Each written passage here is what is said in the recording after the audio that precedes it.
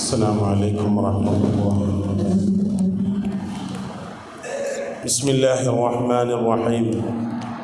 الحمد لله رب العالمين، والصلاة والسلام على سيد الأنبياء والمرسلين وآل كل والصحابة أجمعين. أما بعد فأوصيكم وإياي بتقوى الله رب العالمين. الصلاة والسلام عليك يا سيدنا يا رسول الله. الصلاة والسلام عليك يا سيدنا يا حبيب الله. الصلاة والسلام عليك يا سيدنا يا خير خلق الله. قد بلغت الرسالة وأديت الأمانة ونصحت الأمة وجاهدت في الله حق جهاده. جزاكم الله عنا خير الجزاء. أعوذ بالله من الشيطان الرجيم. بسم الله الرحمن الرحيم. يا أيها الذين آمنوا كتب عليكم الصيام كما كتب على الذين من قبلكم لعلكم تتقون أياما معدودات. صدق الله مولانا العلي العظيم. صدق وبلغ رسوله النبي الكريم، ونحن على ذلك من الشاهدين الشاكرين، والحمد لله رب العالمين. عن أبي هريرة رضي الله تعالى عنه أنه قال قال رسول الله صلى الله عليه وسلم: كل عمل ابن آدم يضاعف الحسنة بعشر أمثالها إلى 700 ضعف. قال الله تعالى: الصوم لي إلا الصوم فإنه لي وأنا أجزي به، أو كما قال، وصدق رسوله الأمين. ജല്ല ജലാലുവായ അല്ലാഹു സുബ്ഹാനഹു വ തആല നമ്മുടെ ഈ ഒരുമിച്ച് കൂടൽ സ്വാലിഹായ അമലായി നമ്മുടെ പക്കൽ നിന്ന് സ്വീകരിക്കുമാറാകട്ടെ. വളരെ ശക്തമായ ചൂടുള്ള സമയം. ആ സമയത്ത് നമ്മുടെ വിലപ്പെട്ട സമയം നാം ഇവിടെ ഉപയോഗപ്പെടുത്തുകയാണ്. അല്ലാഹു സുബ്ഹാനഹു വ തആല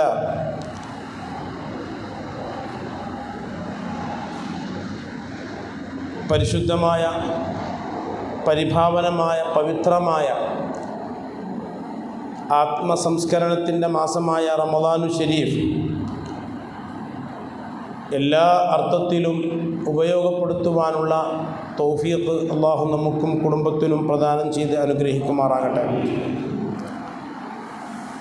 മഹാനായ നുഅ്മാൻ ഇബ്നു ബഷീർ റളിയല്ലാഹു തആല അൻഹുവിനെ തൊട്ട് ഉദ്ധരിക്കുന്ന ഹദീസിൽ കാണാം: സമിഅ്തു റസൂലല്ലാഹി സ്വല്ലല്ലാഹു അലൈഹി വസല്ലമ,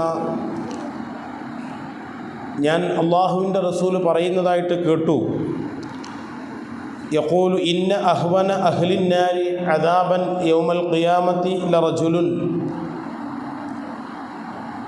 നാളെ ഖിയാമത്ത് നാളിൽ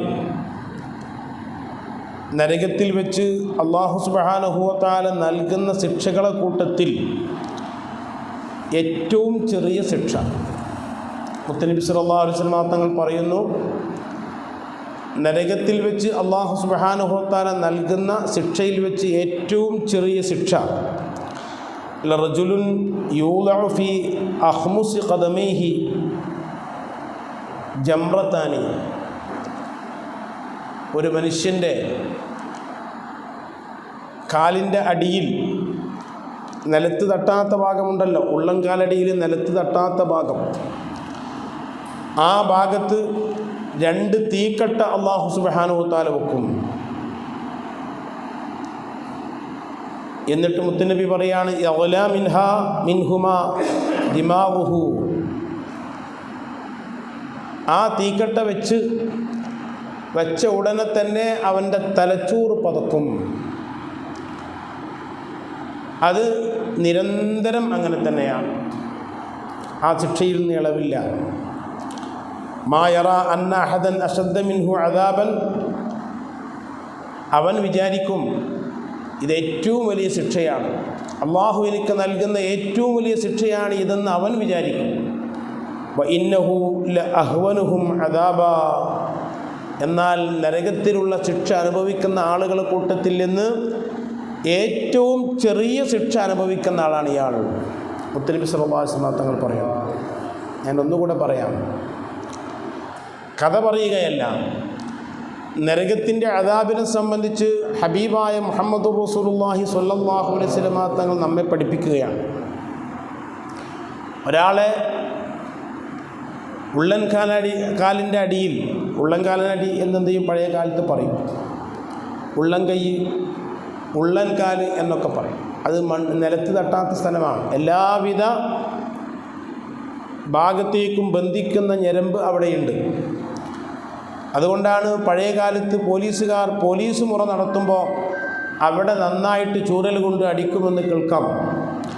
അവിടെ നന്നായിട്ട് അടിക്കുമ്പോൾ അത് തലയിലേക്ക് എത്തും.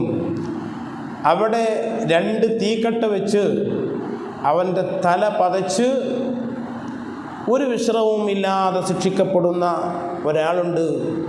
അത് നരകത്തിലെ ഏറ്റവും ചെറിയ അദാബുള്ള ആളാണ്. ഇത് ഞാൻ എന്തിനു പറഞ്ഞു? ഇങ്ങനെയുള്ള ശിക്ഷ അല്ലാഹു സുബ്ഹാനഹു വ തആല നരകത്തിൽ ഒരുക്കി വെച്ച് വഖൂദുഹന്നാസു വൽ ഹിജാറ, ആ നരകത്തിൽ കത്തിക്കപ്പെടുന്ന വിറകുകൾ അല്ലാഹു സുബ്ഹാനഹു വ തആല ഖുർആനിൽ പറഞ്ഞു, യാ അയ്യുഹല്ലദീന ആമനൂ ഖൂ അൻഫുസകും വ അഹ്ലീകും നാറാ, ഏ മനുഷ്യരെ, മുഅ്മിനീങ്ങളെ, നിങ്ങളുടെ സ്വന്തം ശരീരങ്ങളെ നിങ്ങൾ കാക്കണം, നിങ്ങളെ സ്വന്തം ശരീരങ്ങളെ നിങ്ങൾ സംരക്ഷിക്കണം, നിങ്ങളെ കുടുംബങ്ങളുടെ ശരീരങ്ങളെയും നിങ്ങൾ സംരക്ഷിക്കണം, നാറ, നരകത്തിൻ്റെ ശിക്ഷയെ തൊട്ട് നിങ്ങൾ സംരക്ഷിക്കണം കേട്ടോ എന്ന് അല്ലാഹു പറഞ്ഞു.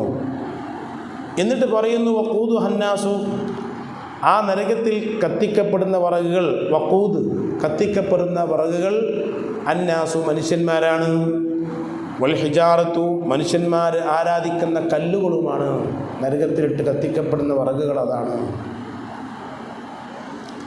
അതുകൊണ്ട് തന്നെയാണ് മുത്തു മുസ്തഫ റസൂലുള്ളാഹി സ്വല്ലല്ലാഹു അലൈഹി വസല്ലമ തങ്ങൾ അവിടുത്തെ ശരീരത്തിലെ താടിരോമങ്ങളിലും തലരോമങ്ങളിലുമായി 20ഓളം മുടികൾ നരച്ചപ്പോൾ മഹാന്മാരായ സഹാബത്ത് ചോദിച്ചു, യാ റസൂലുള്ളാഹി, എന്തേ നിരവന്നതെന്തേ, എന്തേ ഇപ്പം നിരക്കാനുള്ള കാരണം?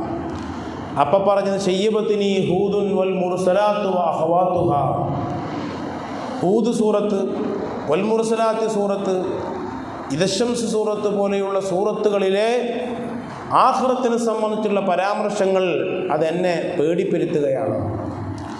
ആഖിറത്തിനെ പറ്റിയുള്ള പരാമർശങ്ങൾ എന്നെ പേടിപ്പെടുത്തുകയാണ്.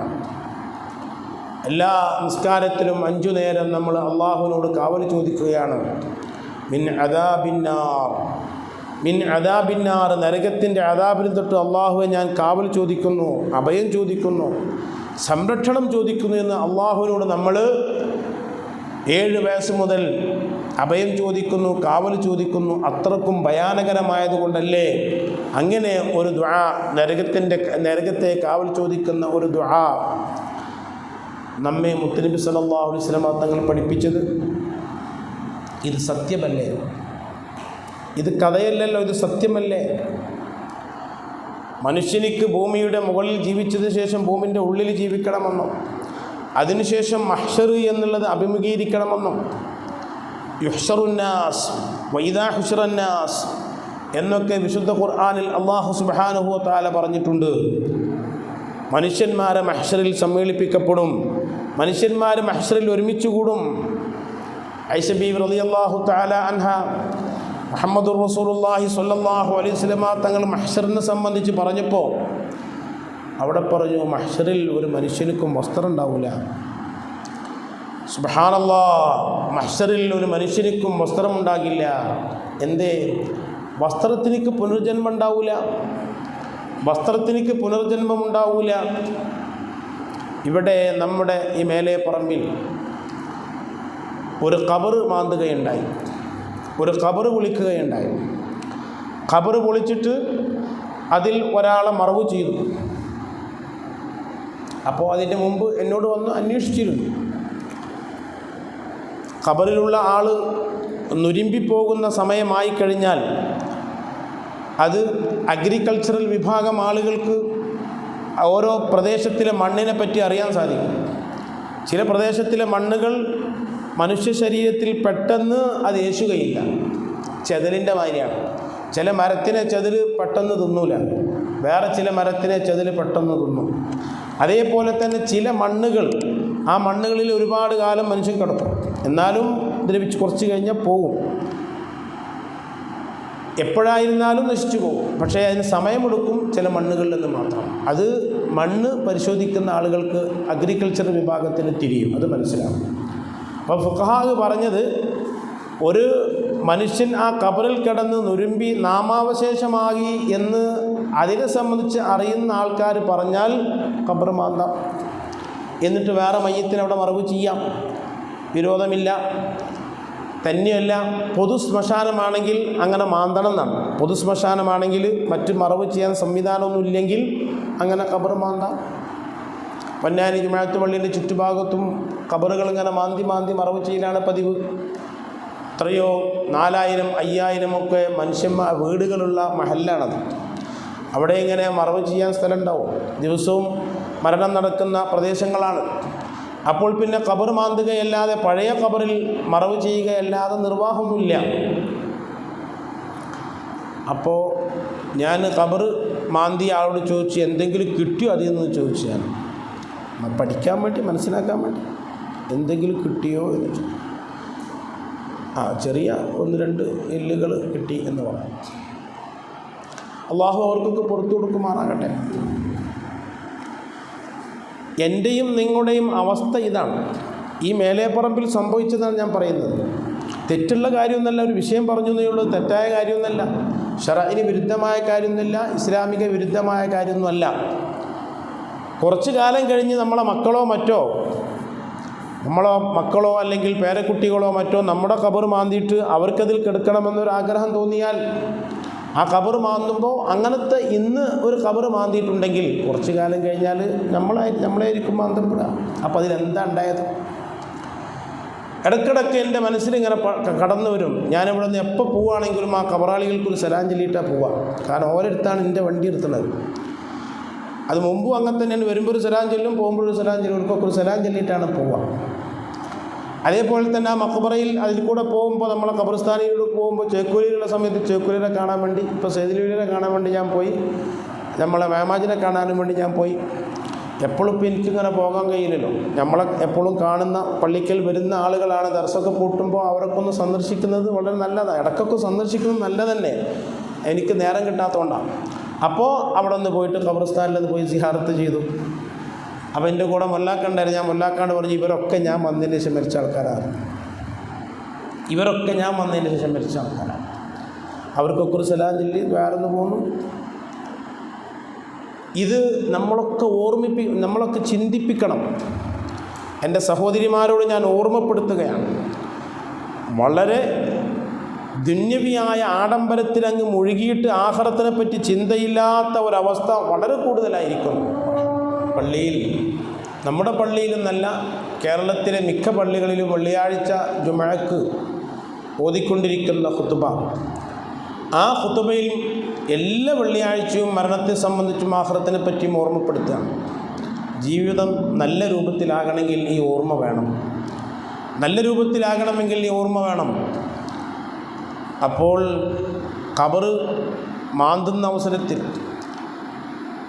ഖബറിൻ്റെ മൂടുകല്ലെടുത്ത് അതിലേക്ക് നോക്കുമ്പോൾ സുബ്ഹാന ജല്ല ജലാലു, ഒരു മനുഷ്യനെ മറവ് ചെയ്ത ഒരു ഖബറാണല്ലോ അത്. മനുഷ്യനെ ആ ഖബറിൽ അടക്കം ചെയ്തിട്ട് അതിൻ്റെ മേൽ മൂടുകല്ല് വെച്ച് പിന്നെ മണ്ണ് കൊണ്ട് തേമ്പിയിട്ട് പിന്നെ നമ്മളൊക്കെ മണ്ണ് വാരിയിട്ട്, അങ്ങനെ മണ്ണ് വാരിയിട്ട്, ഞാൻ നേരത്തെ പറഞ്ഞ ആ ഖബറിൽ മണ്ണ് വാരിയിട്ട ആൾക്കാരൊക്കെ പണ്ടിവിടെ ഹയാത്തിലുണ്ട്. മയ്യിത്ത് നിസ്കരിച്ച ആൾക്കാരെ ഹയാത്തിലുണ്ട്. പിന്നെ നിങ്ങൾക്കെന്താ തോന്നുന്നു എനിക്കറിയാം. എൻ്റെ മനസ്സിൽ പലപ്പോഴും ഇങ്ങനെ തോന്നും, പടച്ചോനെ ഇതാണപ്പോൾ അവസ്ഥ. ഈ കാണുന്ന ശരീരം, പിന്നെ ആ ശരീരം ഇല്ലല്ലോ. ഈ തലയില്ല, ഈ കൈയില്ല, മൂക്കില്ല, ഒരു സാധനവുമില്ല. എവിടേക്കത് പോയത്? എന്താ ഇത് സംഭവിച്ചത്? എന്താ ഇത് സംഭവിച്ചു പോയത്? ഈ ഒരവസ്ഥ എന്നെയും നിങ്ങളെയും കാത്തിരിക്കുകയാണല്ലോ. നമ്മളെല്ലാവരും ആ അവസ്ഥ കാത്തിരിക്കല്ലേ, അതില്ലാതെ സാധ്യമല്ലല്ലോ. നമുക്കൊക്കെ പഠനത്തിന് വേണ്ടി മനസ്സിലാക്കാൻ വേണ്ടി ഞാൻ ഒരു ഉദാഹരണം പറഞ്ഞു എന്ന് മാത്രം. ഒന്ന് നിങ്ങളുടെ നാട്ടിൽ സംഭവിച്ച, നമ്മുടെ നാട്ടിൽ സംഭവിച്ച ഒരു വിഷയം പറഞ്ഞു എന്ന് മാത്രം. അപ്പം അതുകൊണ്ട് പ്രിയപ്പെട്ട മുഅ്മിനീങ്ങളോട് മുഅ്മിനാത്തുകളോട് പറഞ്ഞു വരുന്നത്, മഹാനായ അബ്ദുല്ലാഹി ഇബ്നു ജാബിർ റളിയല്ലാഹു തആല അൻഹുവിൻ്റെയും മറ്റൊരു സഹാബിയുടെയും ഖബർ ഇറാഖിൽ ബഗ്ദാദിൽ വെച്ച് ആ ഖബർ മാന്തുകയുണ്ടായി. എന്ന് വെച്ചാൽ യൂഫ്രട്ടീസ് നദിയിലൂടെ വെള്ളം വന്നിട്ട് ആ ഖബർ ശല്യപ്പെടുത്തിയപ്പോൾ ഏകദേശം ഒരു 150 കൊല്ലം മുമ്പാണ് നടന്നത്. അത് പത്രങ്ങളിലൊക്കെ ഉണ്ടായിരുന്നത്. ആ 2 സഹാബിമാരുടെ ഖബർ മാന്തിയപ്പോൾ സുബ്ഹാനല്ലാഹ് ഒരു കുഴപ്പവും ആ ശരീരത്തിനുണ്ടായിരുന്നില്ല. അന്നത്തെ ഇറാഖ് പ്രധാനമന്ത്രി അടക്കം സൗദിയിലെ ലോകത്തിൻ്റെ മുസ്ലിം രാഷ്ട്രങ്ങളിലെ പ്രധാനപ്പെട്ട നേതാക്കന്മാരൊക്കെ സന്നിഹിതരായിക്കൊണ്ടാണ് മഹാനായ ജാബിർ ഇബ്നു അബ്ദുല്ലാഹി ഇബ്നു ജാബിർ റളിയല്ലാഹു അൻഹുവിൻ്റെ ആ ഖബർ അവിടെ നിന്ന് മാറ്റി സ്ഥാപിച്ചത്. ഖബറുണ്ട് പൊളിച്ചപ്പോൾ സുബ്ഹാനല്ലാഹ് അതിൽ നിന്ന് സുഗന്ധം വന്നു എന്നാണ് കേൾക്കുന്നത്. സുഗന്ധം വന്നു, ഖബറുണ്ട് പൊളിച്ചപ്പോൾ അത് സുഗന്ധം വന്നു എന്നാണ് പറയുന്നത്. എന്നിട്ട് വളരെ ആദരവോടുകൂടെ ബഹുമാനത്തോടുകൂടെ ആ ഖബറിൽ നിന്ന് ആ ശരീരങ്ങളെടുത്ത് അവിടുത്തെ പ്രധാനമന്ത്രിമാരും ബന്ധപ്പെട്ട ആളുകളും ആദരവോടുകൂടെ എടുത്തു കൊണ്ടുപോയി മറവ് ചെയ്തു. ഒരു കുഴപ്പം പറ്റിയില്ല ആ ശരീരത്തിൽ. ഇതിവിടെ നടന്നതാണ്. ദലാലുൽ ഖൈറാത്ത് എന്ന് പറയുന്ന സ്വലാത്ത് ചെല്ലുന്ന ആൾക്കാർ നമ്മുടെ നാട്ടിലുണ്ടാവും. ധാരാളം ഉമ്മമാർ, പ്രായമുള്ള ഉമ്മമാർ ആ സ്വലാത്ത് ചെല്ലാറുണ്ടായിരുന്നു. ഇവിടെയും അത് ചൊല്ലിയിരുന്ന ഉമ്മമാരുണ്ടായിരുന്നു. അതൊക്കെ രാവിലെ ചെല്ലുന്ന ഉമ്മമാരുണ്ടായിരുന്നു. ആ സ്വലാത്ത് സ്ഥാപിച്ച മഹാനായ മുഹമ്മദ് ബിൻ സുലൈമാൻ അൽ ജസൂലി റളിയല്ലാഹു തആല അൻഹു അന്ത്യവിശ്രമം കൊള്ളുന്നത് മൊറോക്കോയിലാണ്. ആ ഖബർ സ്ഥിതി ചെയ്യുന്ന സ്ഥലം ഇപ്പോഴും സുഗന്ധമാണെന്നാണ് പറയപ്പെടുന്നത്. ആ ഖബർ സ്ഥിതി ചെയ്യുന്ന സ്ഥലത്ത് ഇപ്പോഴും സുഗന്ധമാണ്. മുത്തനബി സല്ലല്ലാഹു അലൈഹി വസല്ലം തങ്ങളുടെ മേൽ സ്വലാത്ത് ചൊല്ലിയ ആ മഹത്വം കൊണ്ട് അതിൻ്റെ സുഗന്ധം ഇപ്പോഴും പോയിട്ടില്ലെന്നാണ് പറയപ്പെടുന്നത്. ബഹുമാനപ്പെട്ട റഈസുൽ ഉലമ അടക്കമുള്ള 42ഓളം ആളുകൾ നാളെ രാത്രി അങ്ങോട്ട് പുറപ്പെടുകയാണ്. ഏകദേശം 18 മണിക്കൂറിലധികം യാത്ര ചെയ്താൽ എത്തുന്നൊരു പ്രദേശമാണ്. പറഞ്ഞു വരുന്നത്, അല്ലാഹു സുബ്ഹാനഹു വ തആല ആദരിച്ച ബഹുമാനിച്ച ആളുകളെ മണ്ണ് തിന്നൂല. നല്ല മരത്തിനെ ചെതല് തിന്നാത്തതുപോലെ അത്തരം ശരീരങ്ങളെ ചെതല് തിന്നൂല. അല്ലാഹു സുബ്ഹാനഹു വ തആല ആ കൂട്ടത്തിൽ നമ്മെ ഉൾപ്പെടുത്തി അനുഗ്രഹിക്കുമാറാകട്ടെ. ദ്വാരന്നിട്ട് കഴിച്ചിലാവുകയാണെങ്കിൽ കഴിച്ചിലാവാന്നല്ലാതെ അമൽ ചെയ്തിട്ടൊന്നും ഇപ്പോൾ നമുക്ക് കഴിച്ചിലാവാൻ പറ്റുമെന്ന് തോന്നുന്നില്ല. അത്രമാത്രം മോശമായ ചുറ്റുപാടുകളാണ് ഇപ്പോൾ ഉള്ളത്. പ്രിയപ്പെട്ട സഹോദരന്മാർ ഓർമ്മപ്പെടുത്തുകയാണ്. അതുകൊണ്ട് ഇങ്ങനെ ഒരവസ്ഥ നമുക്കൊക്കെ വരാനുണ്ടെന്ന് നമ്മൾ ഓർക്കുകയും അതിൽ നിന്നിട്ടൊക്കെ രക്ഷപ്പെടാൻ എന്താ മാർഗം? ഖബറിലെ ഭയാനകതയിൽ നിന്ന്, അതേപോലെ തന്നെ മഹ്ശറിലെ വിഷമങ്ങളിൽ നിന്ന്, നരകത്തിൽ കടക്കാതെ സ്വർഗത്തിൽ കടക്കാനുള്ള അവസ്ഥ സംജാതമാകുന്നതിന് വേണ്ടി നമുക്കൊക്കെ എന്ത് ചെയ്യാൻ സാധിക്കും? കുറഞ്ഞ സമയം കൊണ്ട് നമ്മൾ അതിലേക്കൊക്കെ ഒന്ന് ചില സൂചനകൾ മാത്രം നൽകുകയാണ്. മഹാനായ അമീർ സൈഫുദ്ദീൻ റളിയല്ലാഹു തആല അൻഹു പറയുകയാണ്, ഞാൻ ഒരു ദിവസം ഖറജത്തു യൗമൻ ഇല സഹറായി, വിജനമായ സ്ഥലത്തേക്ക്, മനുഷ്യന്മാരൊക്കെ ഇല്ലാത്തൊരു സ്ഥലത്തേക്ക് ഞാൻ ഒരിക്കൽ പോയി. ഫവജത്തു ഇബ്ന ദഖീഖിൽ ഈദി ഫിൽ ജബാനത്തി വാഖിഫൻ യഖറഉ വയദഉ വയബ്കി. വലിയ പണ്ഡിതനായ ഹനഫി പണ്ഡിതനായ ഇബ്നു ദഖീഖിൽ ഈദി റളിയല്ലാഹു തആല അൻഹു അവിടെ ഒരു മഖ്ബറയിൽ, ഒരു ഖബറിൻ്റെ അടുത്ത് ഇങ്ങനെ നിന്നിട്ട് ദ്വാരക്കുന്നുണ്ട്, ഖുർആൻ ഓതുന്നുണ്ട്, ദ്വാരക്കുന്നുണ്ട്, കരയുന്നുണ്ട്. അത് അക്കാലഘട്ടത്തിലുള്ള വലിയ പണ്ഡിതനാണ് ഇബ്നു ദഖീഖിൽ ഈദ്. മഹാനവറുകൾ ആ ഖബറിൻ്റെ അടുത്ത് നിന്നിട്ട് ഖുർആൻ ഓതുന്നു, ദ്വാരക്കുന്നു, കരയുന്നു. ഫഖാല, അപ്പോൾ സഅൽതുഹു, ഞാൻ ചോദിച്ചു, ഇത് വലിയൊരു ആലിമാണ്, നാട്ടിലെ വലിയ പണ്ഡിതനാണ്. ഇവരിങ്ങനെ കരയുമ്പോൾ ഞാൻ ചോദിച്ചു, എന്താ നിങ്ങൾ ചെയ്യണത്? സാഹിബു ഹാദിൽ ഖബർ ഖാന മിൻ അസ്ഹാബി, ഈ ഖബറിൽ കിടക്കുന്ന ആൾ എന്നേറ്റ് ബന്ധമുള്ള ആളായിരുന്നു, എൻ്റെ പരിചയക്കാരനായിരുന്നു, എൻ്റെ കൂട്ടുകാരനായിരുന്നു, എന്നേറ്റ് ബന്ധമുള്ള ആളാണ്. നല്ലവരായിട്ട് ബന്ധമുള്ള ആൾക്കാർക്കൊക്കെ ആ ആളുകൾ അവർക്ക് വേണ്ടി ദുആ ചെയ്യും. നല്ലവരെ സംബന്ധിച്ച് നല്ലവരോട് അടുപ്പം ബന്ധമുള്ള ആൾക്കാരൊക്കെ അവരുടെ ദുആകളിലും അവർ തഹജ്ജുദ് നിസ്കരിക്കുന്ന അവസരത്തിലും മറ്റുള്ള ദുആകളിലൊക്കെ ഈ ആൾക്കാരൊക്കെ ഉൾപ്പെടുത്തും. ബന്ധത്തിൻ്റെ അടിസ്ഥാനത്തിൽ വരും അക്കാര്യങ്ങളൊക്കെ. അപ്പോൾ ഇതിൻ്റെ കൂട്ടുകാരനാണ്, എന്നിട്ട് ബന്ധമുള്ള ആളാണ്. എന്നിട്ട് എന്തേ സംഭവിച്ചത്? വക്കാന യഖറഉ അലയ്യ, അദ്ദേഹം എൻ്റെ അടുത്ത് നിന്ന് കിതാബൊക്കെ ഓതിയുന്ന ആളാണ്.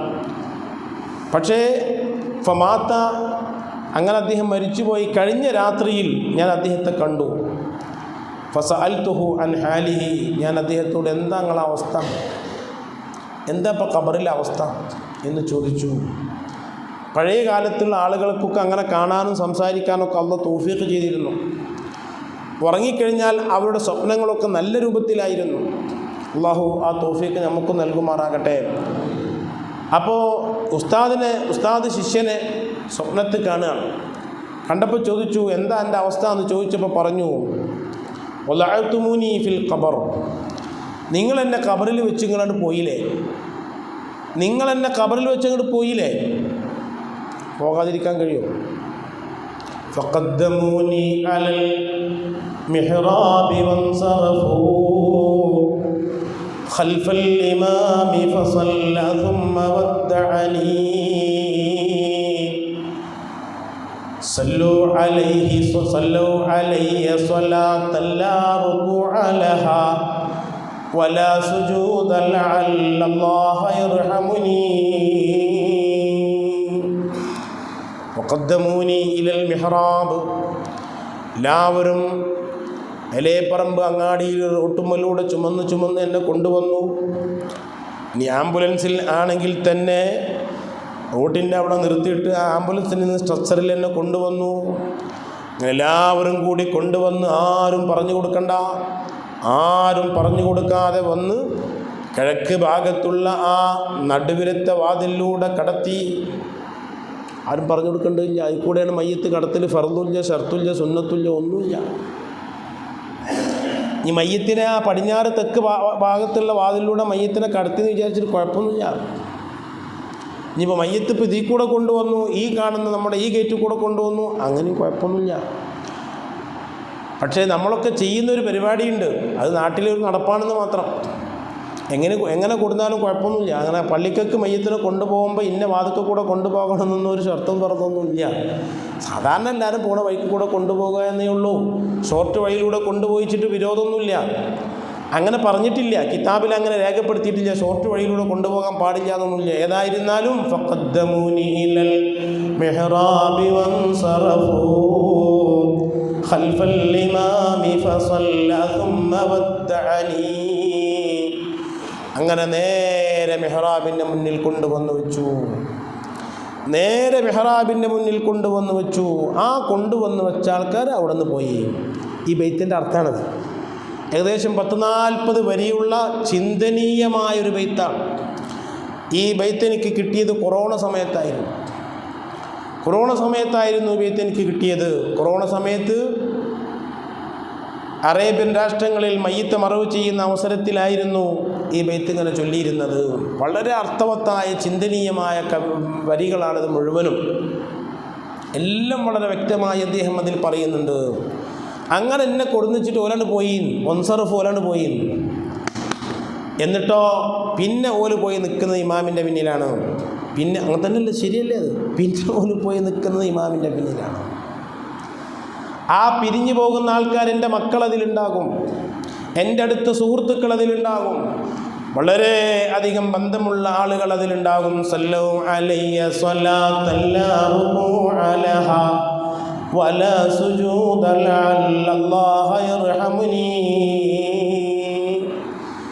ഇമാമിൻ്റെ പിന്നിൽ പോയി അവർ നിന്നിട്ട് റുകൂഉം സുജൂദും ഇല്ലാത്തൊരു നിസ്കാരം അവർ നിസ്കരിക്കുന്നു. സഹോദരിമാരെ ആലോചിക്കണം, റുക്കൂഉം സുജൂദും ഇല്ലാത്ത നിസ്കാരം. എന്തേ അത് റുക്കൂഉം സുജൂദും ഇല്ലാതായത്? വേഗം നിസ്കരിക്കാൻ വേണ്ടിയിട്ട്. വേഗം നിസ്കരിക്കാൻ വേണ്ടി റുക്കൂഇല്ല, സുജൂദില്ല, അത്തഹിയാത്തില്ല. എന്ത് ചെയ്ത്? പെട്ടെന്ന് നിസ്കരിക്കാൻ വേണ്ടിയിട്ടാണ്. പെട്ടെന്ന് നിസ്കരിച്ചുകൊണ്ട് എന്നിട്ട് എൻ്റെ ആ ഖബറ്, എൻ്റെ ആ ശരീരം അവർ ഖബറിലേക്ക് കൊണ്ടുപോയി.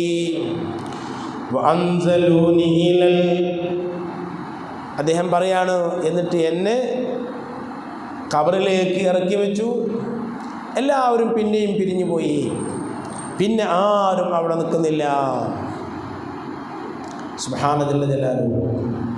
പ്രിയപ്പെട്ട സഹോദരന്മാരെ, എൻ്റെ സഹോദരിമാരെ, ഇന്നല്ലെങ്കിൽ നാളെ നമുക്കിതൊക്കെ വെറുതെ ഇടക്കിടക്ക് ചിന്തിക്കണം, ഇടക്കിടക്ക് ഇതിനെപ്പറ്റി ആലോചിക്കണം. ഇവിടെ മഹാനായ ഇബ്നു ദഖീഖിൽ ഈദി തങ്ങളോട് മഹാനായ അമീർ സൈഫുദ്ദീൻ ചോദിക്കുന്നു, എന്താണ് എന്നിട്ട് സംഭവിച്ചത്? നിങ്ങൾ ഇന്നലെ രാത്രി അദ്ദേഹത്തെ കണ്ടപ്പോൾ അദ്ദേഹം പറയാണ് എന്തേ സംഭവിച്ചത്? അപ്പോൾ മഹാനായ ഇബ്നു ദഖീഖിൽ ഈദി പറഞ്ഞു, അയാൾ പറയാണ് എന്നോട്, എൻ്റെ ശിഷ്യനാണ്, എൻ്റെ ഏറ്റവും അടുത്ത ആളാണ്, എന്നോട് പറയാണ്, നിങ്ങളൊക്കെ പിരിഞ്ഞു പോയപ്പോൾ, നിങ്ങളൊക്കെ എൻ്റെ ഖബറിൻ്റെ അടുത്ത് നിന്ന് പോയപ്പോൾ ജാഅനി കൽബുൻ അൻഫതു കസ്സബഇ, വലിയ വലുപ്പമുള്ളൊരു നായ വന്നു, വലിയ വലിപ്പമുള്ളൊരു നായ വന്നു. ഇത്തരം സമാനമായ സംഭവങ്ങൾ ഒട്ടനവധി കിതാബിൽ കാണുന്നുണ്ട്, ധാരാളം കാണുന്നുണ്ട്. ഖബറിൽ വന്ന് ശല്യപ്പെടുത്തുന്ന നായകളെ സംബന്ധിച്ച് മറ്റ് വന്യജീവികളെ പറ്റിയൊക്കെ കാണുന്നുണ്ട്. വലിയ വലിപ്പമുള്ള ഒരു നായ വന്നു.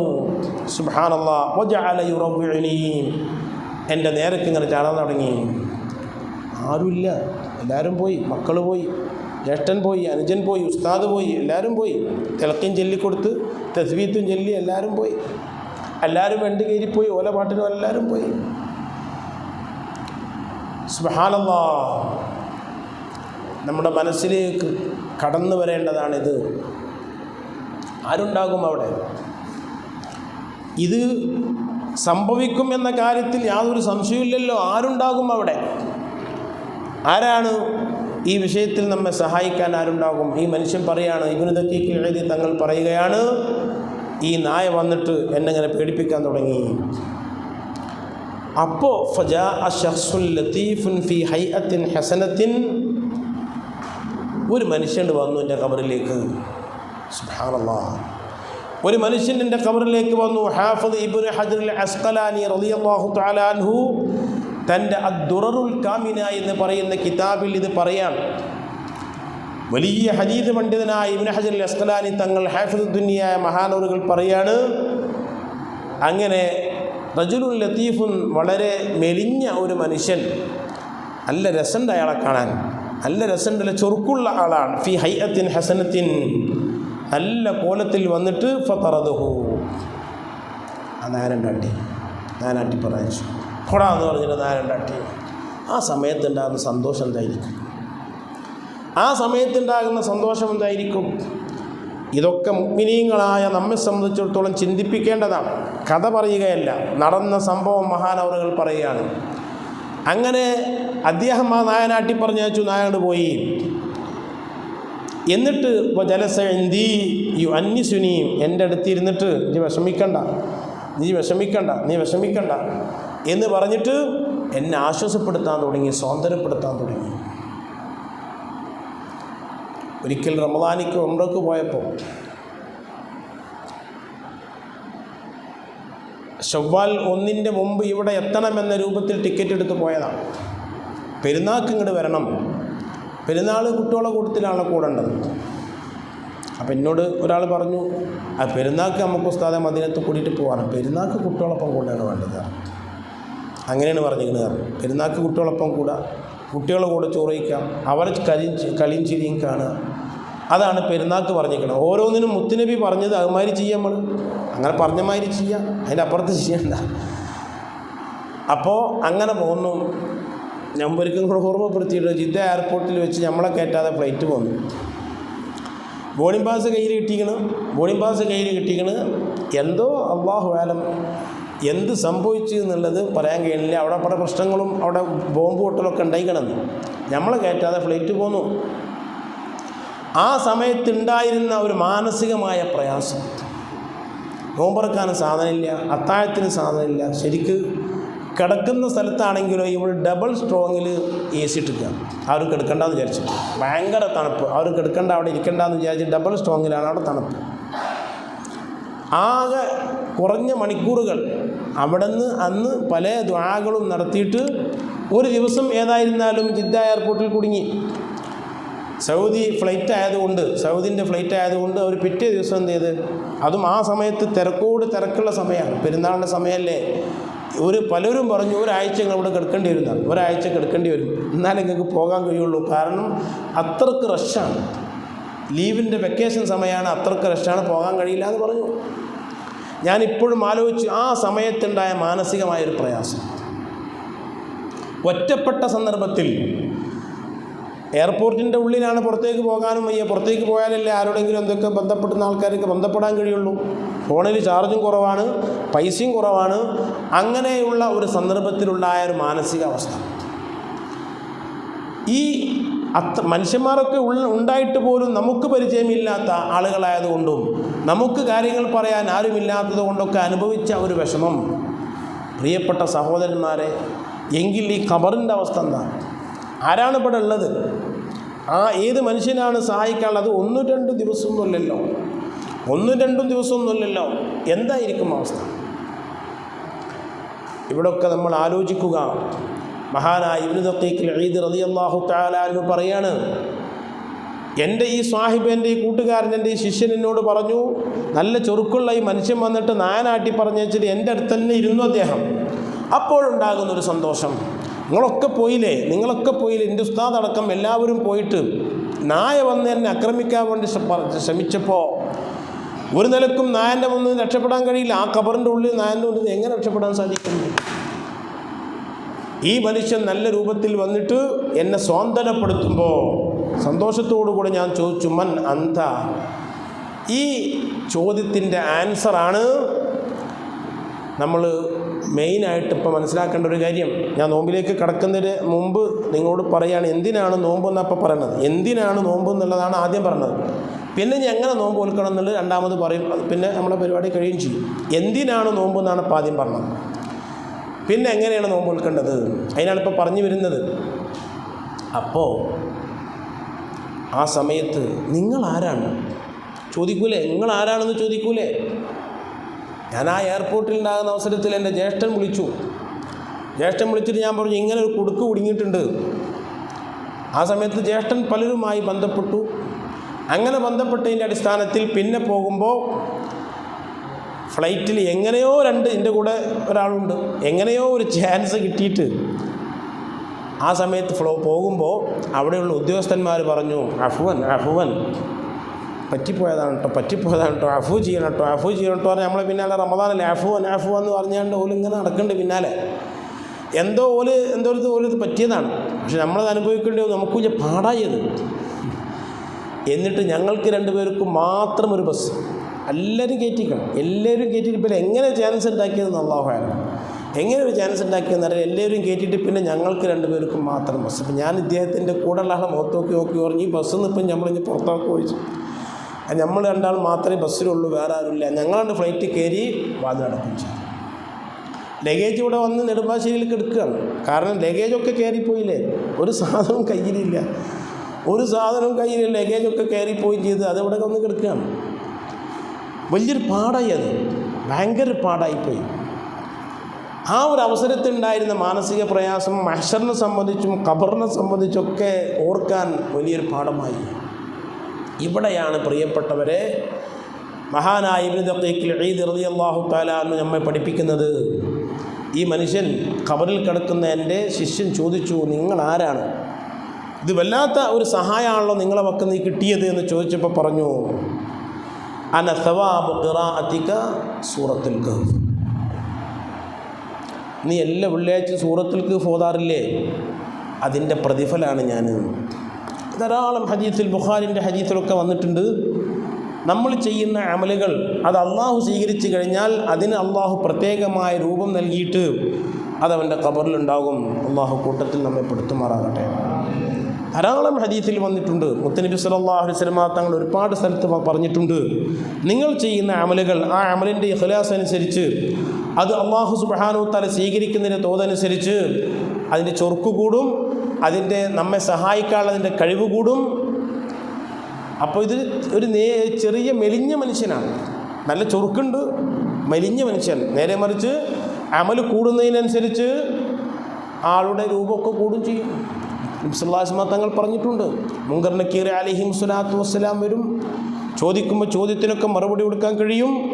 അവരൊക്കെ പോയി കഴിഞ്ഞാൽ നിങ്ങൾ ചെയ്ത സാലിഹായ അമലുകൾക്ക് അല്ലാഹു സുബ്ഹാനഹു വ തആല ഒരു രൂപം നൽകിയിട്ട്, ആണാണെങ്കിൽ ആണിൻ്റെ രൂപം, പെണ്ണാണെങ്കിൽ പെണ്ണിൻ്റെ രൂപം നൽകിയിട്ട് അത് ഖബറിന്ന് നമ്മൾ മഹ്ശറിലേക്ക് പോകുന്നത് വരെ നമ്മളെ കൂട്ടത്തിലുണ്ടാകുമെന്ന് ഹബീബ് മുഹമ്മദ് റസൂലുള്ളാഹി എത്ര സ്ഥലത്ത് പറഞ്ഞിട്ടുണ്ടെന്നറിയാം. അതുകൊണ്ടല്ലേ ഫുളൈൽ ഇബ്നു ഇയാദ് തങ്ങൾ പറഞ്ഞത്, ഞങ്ങൾ ഔലിയാക്കന്മാർ ഒരു വാക്ക് പോലും വെറുതെ പറയില്ല. എന്താണോ പറയുന്നത് ആ പറയുന്നതിനക്ക് അള്ളാഹുവിൻ്റെ പക്കൽ നിന്ന് പ്രതിഫലം കിട്ടുമെന്ന് ചിന്തിച്ചിട്ടേ പറയുള്ളൂ. വെറുതെ അങ്ങോട്ട് പറഞ്ഞ് തമാശക്ക് പറഞ്ഞ പരിപാടിയില്ല. തമാശ പറയാനോ, തമാശ പറയേണ്ട ഘട്ടമുണ്ട്. ഭാര്യയോട് തമാശ പറയാം, അതേപോലെ വിഷമം അനുഭവിക്കുന്നതിനോട് തമാശ പറഞ്ഞുകൊണ്ട് വിഷമം ഇല്ലാതാക്കാം എന്നല്ലാതെ വെറുതെ ജനങ്ങൾ ചിരിക്കാനോ അല്ലെങ്കിൽ ഒരു വിവരം ആദ്യമായി ജനങ്ങൾക്ക് എത്താനോ ഇതൊന്നും ലക്ഷ്യമാക്കി ഞങ്ങളാരും സംസാരിക്കാറില്ല. ഒരു സെക്കൻഡ് സമയം പോലും ഞങ്ങളാരും ദുരുപയോഗപ്പെടുത്താറില്ലെന്ന് മഹാന്മാർ പറഞ്ഞിട്ടുണ്ട്. അതുകൊണ്ട് പ്രിയപ്പെട്ട സഹോദരന്മാരെ, ഈ വെള്ളിയാഴ്ച ദിവസം സൂറത്തുൽ കഹ്ഫ് ഓതി എന്ന അതും നല്ല രൂപത്തിൽ ബഹുമാനപ്പെട്ട സയ്യിദ് ഇബ്രാഹിമുൽ ഖലീൽ ബുഖാരി തങ്ങൾ പൊന്നാനി ആണ്ട് നേർച്ച നടന്നപ്പോൾ അവിടെ വെച്ചും പ്രസംഗിച്ചു. ഇന്നലെ കോട്ടൂർ ഉസ്താദിൻ്റെ ആ മസാലിക്കിൽ വെച്ചും പ്രസംഗിച്ചു. എല്ലാ വെള്ളിയാഴ്ചയും 6 മണിക്ക് സുന്നി ജംഇയ്യത്തുൽ ഉലമയുടെ കീഴിൽ ഖുർആൻ പാരായണം പഠിപ്പിക്കുന്ന ക്ലാസ് നെറ്റിൽ കിട്ടും.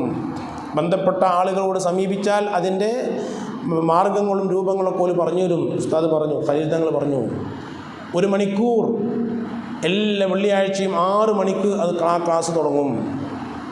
റമദാനിക്ക് എല്ലാ ദിവസവും ഉണ്ടാവും. വിശുദ്ധ ഖുർആൻ അക്ഷരശുദ്ധിയോടുകൂടെ ഓതുവാനുള്ള വലിയ ഒരു സംരംഭം നമ്മുടെ പണ്ഡിതന്മാർ നേതൃത്വം തയ്യാറാക്കിയിരിക്കുകയാണ്. എല്ലാവരും നല്ല രൂപത്തിൽ ഖുർആൻ ഓതണം, ഖുർആൻ പഴവില്ലാതെ ഓതണം എന്ന ലക്ഷ്യത്തോടു കൂടെ അതിനുള്ള സംവിധാനം അത് ഇന്ന് വെള്ളിയാഴ്ച മുതൽ സ്റ്റാർട്ട് ചെയ്തിട്ടുണ്ട്. ആ സംവിധാനം അതിൽ കയറിയാൽ നമ്മൾ പെരയിൽ ഇരുന്നിട്ട് പെണ്ണുങ്ങൾക്കൊക്കെ എല്ലാവർക്കും, പെണ്ണുങ്ങൾക്കും ആണുങ്ങൾക്കും എല്ലാവർക്കും പഠിക്കാം. എല്ലാവർക്കും ഒരു പൈസയും കൊടുക്കണ്ട, ഒരു ഫീസും കൊടുക്കണ്ട, ഒന്നും കൊടുക്കണ്ട. അതിൽ കയറിയിട്ട് 1 മണിക്കൂർ വെള്ളിയാഴ്ച ആഴ്ചയിൽ 1 മണിക്കൂർ ഖുർആനോ ശരിക്ക് പിഴവില്ലാതെ മഖ്റജുകൾ ഒപ്പിച്ച് പഠിക്കാനുള്ള സംവിധാനം റമദാനിക്ക് എല്ലാ ദിവസവും ഉണ്ടാവും. എത്ര സുഖമാണ്! എവിടെയും പോകേണ്ട ആവശ്യമില്ല, അതിലിരുന്ന് പഠിക്കാൻ കഴിയും. നിങ്ങളത് ഉപയോഗപ്പെടുത്തണം. സൂറത്തുൽ കഹ്ഫ്, ആ സൂറത്തുൽ കഹ്ഫ് മനോഹരമായി ഓതിയതിൻ്റെ പേരിൽ ശിക്ഷയിൽ നിന്ന് ഇളവ് ലഭിക്കുക. അതൊക്കെ ഏത് കാലത്താണ്? ഇബ്നു ദഖീഖുൽ ഈദൊക്കെ ജീവിച്ചത് ഏത് കാലത്താണ്? ആ കാലഘട്ടത്തിലാണ് നടക്കുന്നതെങ്കിൽ ഇങ്ങനെ ഒരു സംഭവം എനിക്കും നിങ്ങൾക്കും ഉണ്ടായിക്കഴിഞ്ഞാൽ നമ്മൾ ആര് രക്ഷപ്പെടുത്തും? നമുക്ക് ആരുണ്ടാകും? എന്താണ് നമ്മുടെ കയ്യിലുണ്ടാവുക? അതുകൊണ്ടാണ് അല്ലാഹു സുബ്ഹാനഹു വ തആല നമുക്ക് ഈ വിശുദ്ധ റമദാൻ പ്രിയപ്പെട്ട സഹോദരന്മാരെ പ്രദാനം ചെയ്തത്. റമദാൻ ആദ്യത്തെ രാത്രി മുതൽക്ക് തന്നെ നമ്മൾ ദ്വാരക്കുകയാണ്. അഷ്ഹദു അല്ലാ ഇലാഹ ഇല്ലല്ലാഹ് അസ്തഗ്ഫിറുല്ലാഹ് അസ്അലുക്കൽ ജന്നത വ അഊദു ബിക മിനൻ നാർ. നമ്മളത് പറഞ്ഞു നോക്കല്ലേ, അഷ്ഹദു അല്ലാ ഇലാഹ ഇല്ലല്ലാഹ് അസ്തഗ്ഫിറുല്ലാഹ് അസ്അലുക്കൽ ജന്നത വ അഊദു ബിക മിനൻ നാർ. എന്താണത്? എന്ത് മുത്തുപോലത്തെ വാക്കുകൾ മുത്തുനബി പഠിപ്പിച്ചതാണത്. ഹദീസിൻ്റെ കിതാബുകൾ കാണാം ആ വചനം. അഷ്ഹദു അല്ലാ ഇലാഹ ഇല്ലല്ലാഹ് തുടങ്ങിയ ആ 4 കാര്യങ്ങൾ റസൂലുള്ളാഹി ചൊല്ലാൻ വേണ്ടി പറഞ്ഞതാ. മറ്റ് റസൂലുള്ളാഹി സ്വല്ലല്ലാഹു അലൈഹി വസല്ലം തങ്ങൾ ചൊല്ലാൻ വേണ്ടി പറഞ്ഞ ദിക്റുകൾ അതുണ്ട്. മറ്റത് റമദാൻ്റെ അവസാനത്തെ 10 അല്ലാഹുമ്മ ഇന്നക അഫൂൻ തുഹിബ്ബുൽ അഫ്വ ഫഅഫു അന്നി, അതും ചൊല്ലാൻ വേണ്ടി പറഞ്ഞതാ. അത് ചെല്ലുമ്പോൾ അത് മനസ്സിലിങ്ങനെ വരുന്നത് റസൂലുള്ളാഹി പറഞ്ഞതാണല്ലോ ഇത്. അതിനൊക്കെ എത്ര പ്രതിഫലം ഉണ്ടാകും മുത്തനബി സല്ലല്ലാഹു അലൈഹി വസല്ലം തങ്ങൾ പറഞ്ഞത്. അതുകൊണ്ടാണ് വലിയ തറവാട്ടുകാരനും വലിയ സാമ്പത്തിക ശേഷിയുമുള്ള ഒരാൾ അടുത്ത ദിവസം ഞാൻ അദ്ദേഹവുമായി സംസാരിച്ചപ്പോൾ പറഞ്ഞു, എൻ്റെ പെരേക്കുള്ള ഭാര്യയ്ക്കുള്ള കുട്ടികൾക്കുള്ള ഡ്രസ്സുകളൊക്കെ എടുത്തു കഴിഞ്ഞു, പെരുന്നാൾക്കുള്ളതൊക്കെ എടുത്തു കഴിഞ്ഞു. റമദാനിക്ക് ഒരുങ്ങണം. അതിന് വേണ്ടിയിട്ട് ഇപ്പോൾ അവിടെ ഇവിടെയൊക്കെ പോയിട്ട് സമയം കളയാൻ കഴിയില്ല. പ്രത്യേകിച്ച് റമദാൻ്റെ അവസാന സമയത്തൊക്കെ ഭയങ്കര തിരക്കായിരിക്കും, ഒരുപാട് സമയം പോകും. ഇപ്പോൾ 1 മണിക്കൂറാണെങ്കിൽ ആ സമയത്ത് 2-3 മണിക്കൂർ ചിലവാക്കേണ്ടി വരും. പഴയ കാലത്ത് നനച്ചുളി നടത്തുന്നു, അതേപോലെ തന്നെ പൊടിയും മസാലകളും മറ്റൊക്കെ തയ്യാറാക്കുന്നത് എന്തിനാണ്? റമദാനിൽ അതിനൊക്കെ സമയം ചെലവഴിച്ചിട്ട് ഇബാദത്തിൻ്റെ സമയം കുറഞ്ഞു പോകണ്ടെന്ന് വിചാരിച്ചിട്ടാണ്.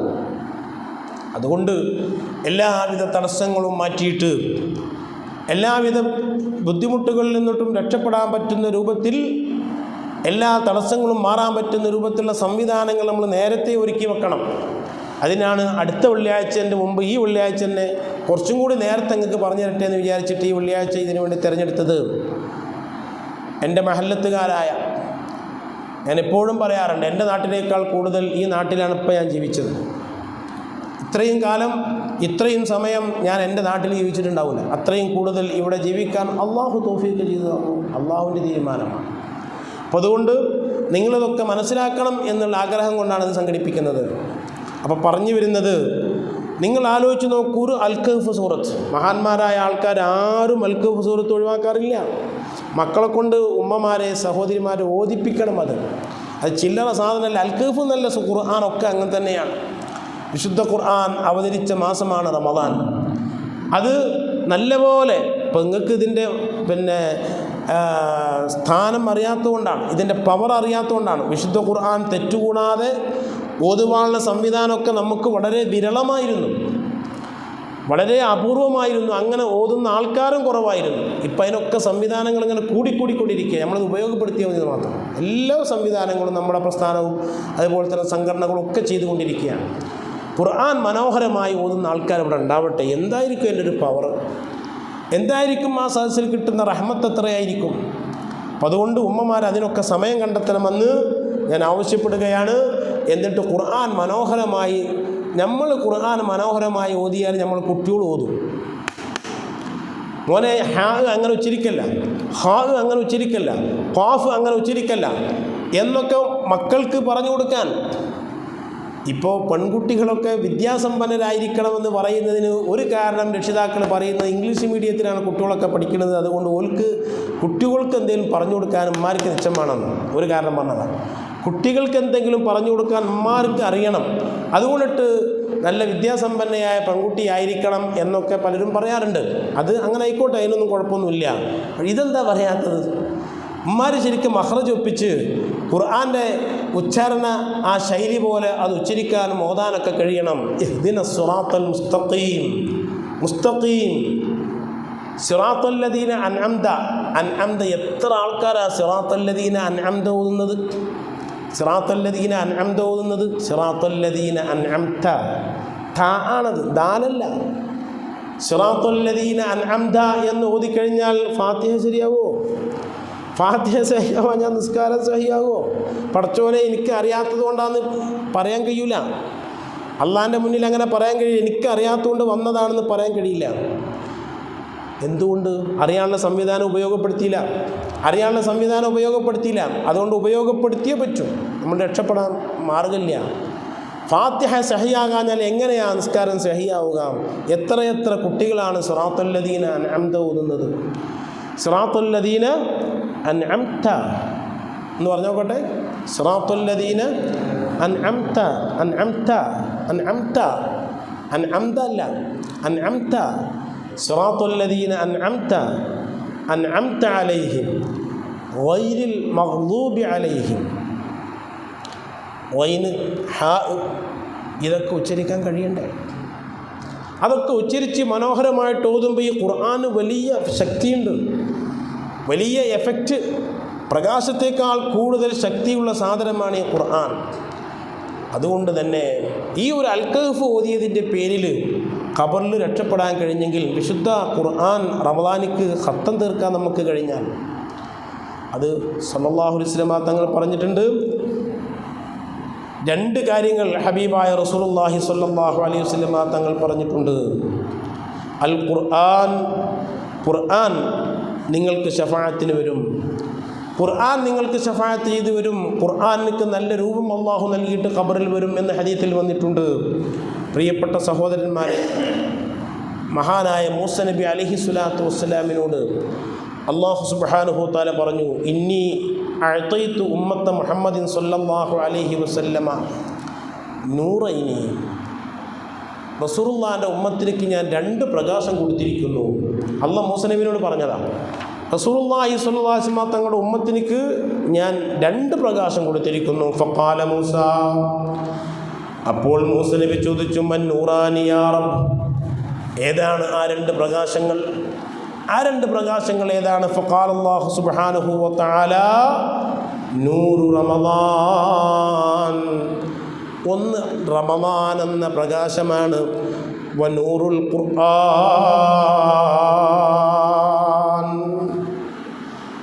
ഖുർആൻ എന്ന പ്രകാശമാണ്. ഹദീസിൽ കാണാം അല്ലാഹു പറഞ്ഞു, കൈലാ യദുർറഹും ദുലുമതാനി. ഈ 2 പ്രകാശം എന്തിനാ കൊടുത്തത്? പ്രിയപ്പെട്ടവരെ, മുത്തുനബി സല്ലല്ലാഹു അലൈഹി വസല്ലം തങ്ങൾ പറയാണ്, ഈ 2 പ്രകാശം നൂറു റമളാൻ വ നൂറുൽ ഖുർആൻ, ഇത് 2 എന്തിനാ കൊടുത്തത്? 2 ഇരുളുകൾ ഈ സമുദായത്തെ ബുദ്ധിമുട്ടിക്കാതിരിക്കാൻ, 2 ഇരുളുകളിൽ നിന്ന് ഈ സമുദായത്തിന് രക്ഷ കിട്ടാൻ. അപ്പോൾ മൂസാ നബി ചോദിച്ചു, അള്ളാഹു ഏതാണ് ഈ 2 ഇരുള്? 2 ഇരുളുകൾ ഏതാണ്? ആ സമയത്ത് അല്ലാഹു സുബ്ഹാനഹു തആല പറഞ്ഞു, ഒന്ന് ദുൽമത്തുൽ ഖബരി വ ദുൽമത്തു യൗമിൽ ഖിയാമ, ഖബറിലെ ഇരുള്, ഖിയാമത്ത് നാളിൻ്റെ ഇരുള്. ഈ 2 ഇരുളിൽ നിന്ന് രക്ഷപ്പെടാൻ, ഇരുളൊരു പേടിയാണ്. ഇരുട്ടത്ത് നമുക്ക് കൂടുതൽ നിൽക്കാൻ കഴിയില്ല. ഉറങ്ങിയാൽ കുഴപ്പമില്ല, ഉറങ്ങിയില്ലെങ്കിൽ ഇരുട്ടത്ത് പേടിയാണ്. ഇരുട്ട് പേടി തന്നെയല്ലേ? ഈ 2 ഇരുളുകളിൽ നിന്ന്, ഖിയാമത്ത് നാളിൻ്റെ ഭയാനകതയിൽ നിന്ന്, പ്രശ്നങ്ങളിൽ നിന്ന് രക്ഷപ്പെടാനും ഖബറിലെ ഇരുളിൽ നിന്ന് രക്ഷപ്പെടാനും 2 പ്രകാശം കൊടുത്തിരിക്കുന്നു. ഒന്ന് റമളാനും ഒന്ന് ഖുർആനുമാണെന്ന് ഹബീബുന മുഹമ്മദുർ റസൂലുള്ളാഹി സ്വല്ലല്ലാഹു അലൈഹി വസല്ലം തങ്ങൾ പറഞ്ഞിട്ടുണ്ട്. അതുകൊണ്ട് പ്രിയപ്പെട്ടവരെ, ആ നൂറു റമളാൻ നമ്മളിലേക്ക് കടന്നു വരികയാണ്. ആ റമളാൻ ഖുർആൻ അവതരിച്ച മാസമായതുകൊണ്ട് ഖുർആൻ നല്ലപോലെ ഓതാനുള്ള അവസരവും നമുക്ക് കിട്ടുകയാണ്. ഇനി ഒരുപാട് റമളാൻ്റെ ശ്രേഷ്ഠത നമുക്ക് പറയാനുണ്ട്. ഈ ചൂടത്ത് ഞാൻ വളരെ കുറച്ച് സംസാരിക്കാൻ, 1 മണിക്കൂർ സംസാരിക്കാനേ ഉദ്ദേശിച്ചിട്ടുള്ളൂ. കൂടുതൽ ശക്തമായ ചൂടല്ലേ എന്ന് വിചാരിച്ചിട്ട് കുറച്ച് സംസാരിക്കാൻ, കാര്യമായ വശങ്ങൾ ഇനിയും റമളാനിക്കൊക്കെ നമുക്ക് ഇനിയും സംസാരിക്കാമല്ലോ, കിട്ടുന്നതിനനുസരിച്ചൊക്കെ സംസാരിക്കാം. ഇനി പറയാനുള്ളത്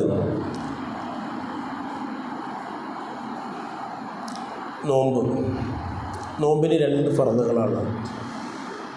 നോമ്പിന് 2 ഫർളേ ഉള്ളൂ. ഏതാണത്? ഒന്ന് നിയ്യത്ത് ചെയ്യുക, മറ്റൊന്ന് നോമ്പ് മുറിയുന്ന കാര്യങ്ങളിൽ നിന്നൊക്കെ വിട്ടു നിൽക്കുക. നിയ്യത്ത് ചെയ്യുക, നോമ്പ് മുറിയുന്ന കാര്യങ്ങളിൽ നിന്നൊക്കെ വിട്ടു നിൽക്കുക.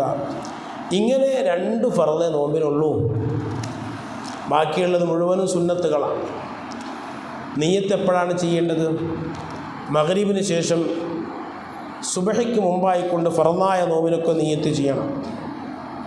മഗ്രിബിന് ശേഷം സുബഹിക്ക് മുമ്പായിട്ട് എപ്പായിരുന്നാലും കുഴപ്പമില്ല. അങ്ങനെ നിയ്യത്ത് ചെയ്താൽ പിന്നെ ആ നിയ്യത്തിന് വല്ല തകരാറും പറ്റുമോ? പറ്റും. നിയ്യത്ത് ചെയ്ത് കഴിഞ്ഞാൽ നിയ്യത്തിന് തകരാറ് പറ്റുന്നത് എപ്പോഴാണ്? നിയ്യത്ത് എന്ന് പറഞ്ഞാൽ ദൃഢതയാണ്. ഞാൻ നാളെ നോമ്പ് നോൽക്കുന്നു എന്നുള്ള ദൃഢത, അത് നാവുകൊണ്ട് ഉച്ചരിക്കൽ സുന്നത്തേ ഉള്ളൂ. മനസ്സുകൊണ്ട് കരുതലാണ് അതിൻ്റെ ഫർള്. മനസ്സുകൊണ്ട് കരുതിയാൽ മതി, നാവുകൊണ്ട് ഉച്ചരിക്കൽ അത് സുന്നത്തേ ഉള്ളൂ. അപ്പോൾ ആ ദൃഢത അതിലേക്ക് വിരുദ്ധമായിക്കൊണ്ട് ഞാൻ നാളെ നോമ്പ് നോൽക്കുന്നില്ല എന്ന് തീരുമാനിച്ചാൽ നിയ്യത്ത് പോയി. ശ്രദ്ധിക്കണേ, ഒരു സംഗതി ചെയ്യുമ്പോൾ, ഞാൻ ശവ്വാൽ മാസത്തിൽ കുറ്റിപ്പുറം മഹല്ലത്തിൽ നിന്ന് ഹജ്ജിന് പോകുന്ന ആളുകൾക്ക് ഒരു ഹജ്ജ് ക്ലാസ് സംഘടിപ്പിക്കും. കുറേ കാലമായിട്ട് മഹല്ല് സംഘടിപ്പിക്കുന്ന ഒരു ഹജ്ജ് ക്ലാസ്. 1000-800 വീടുകളുള്ള മഹല്ല ആയതുകൊണ്ട് എല്ലാ കൊല്ലം ഹജ്ജിന് പോകുന്ന ആൾക്കാരുണ്ടാവും. അപ്പോൾ അതുകൊണ്ട് അവർക്കൊരു ഹജ്ജ് ക്ലാസ് സംഘടിപ്പിക്കും. ആണും പെണ്ണൊക്കെ ഉണ്ടാവും, പരിസര മഹല്ലുകളിൽ നിന്നും വരും. അപ്പോൾ ആ ഹജ്ജ് ക്ലാസ്സിൽ എന്താണ് ഹജ്ജിൻ്റെ ഫർളുകൾ, എന്താണ് ഹജ്ജിൻ്റെ വാജിബുകൾ, എന്തുകൊണ്ടാണ് ഹജ്ജ് നഷ്ടപ്പെടുക, ഹജ്ജ് ബാത്തിലാവുക, ഹജ്ജ് ഫാസിദാവുക. ഇതൊക്കെ എന്തുകൊണ്ടാണെന്നുള്ള കാര്യങ്ങൾ ഒരു അരമണിക്കൂർ കൊണ്ട് അതൊക്കെ പറഞ്ഞു. അങ്ങനെയാവുമ്പോൾ എന്താണ് ഹജ്ജ്, എന്തുകൊണ്ടൊക്കെ ഹജ്ജ് നഷ്ടപ്പെടും എന്നുള്ളത് കുറഞ്ഞ രൂപത്തിൽ അത് കുറച്ചേ ഉള്ളൂ ഈ ഹജ്ജിൻ്റെ കാര്യങ്ങൾ.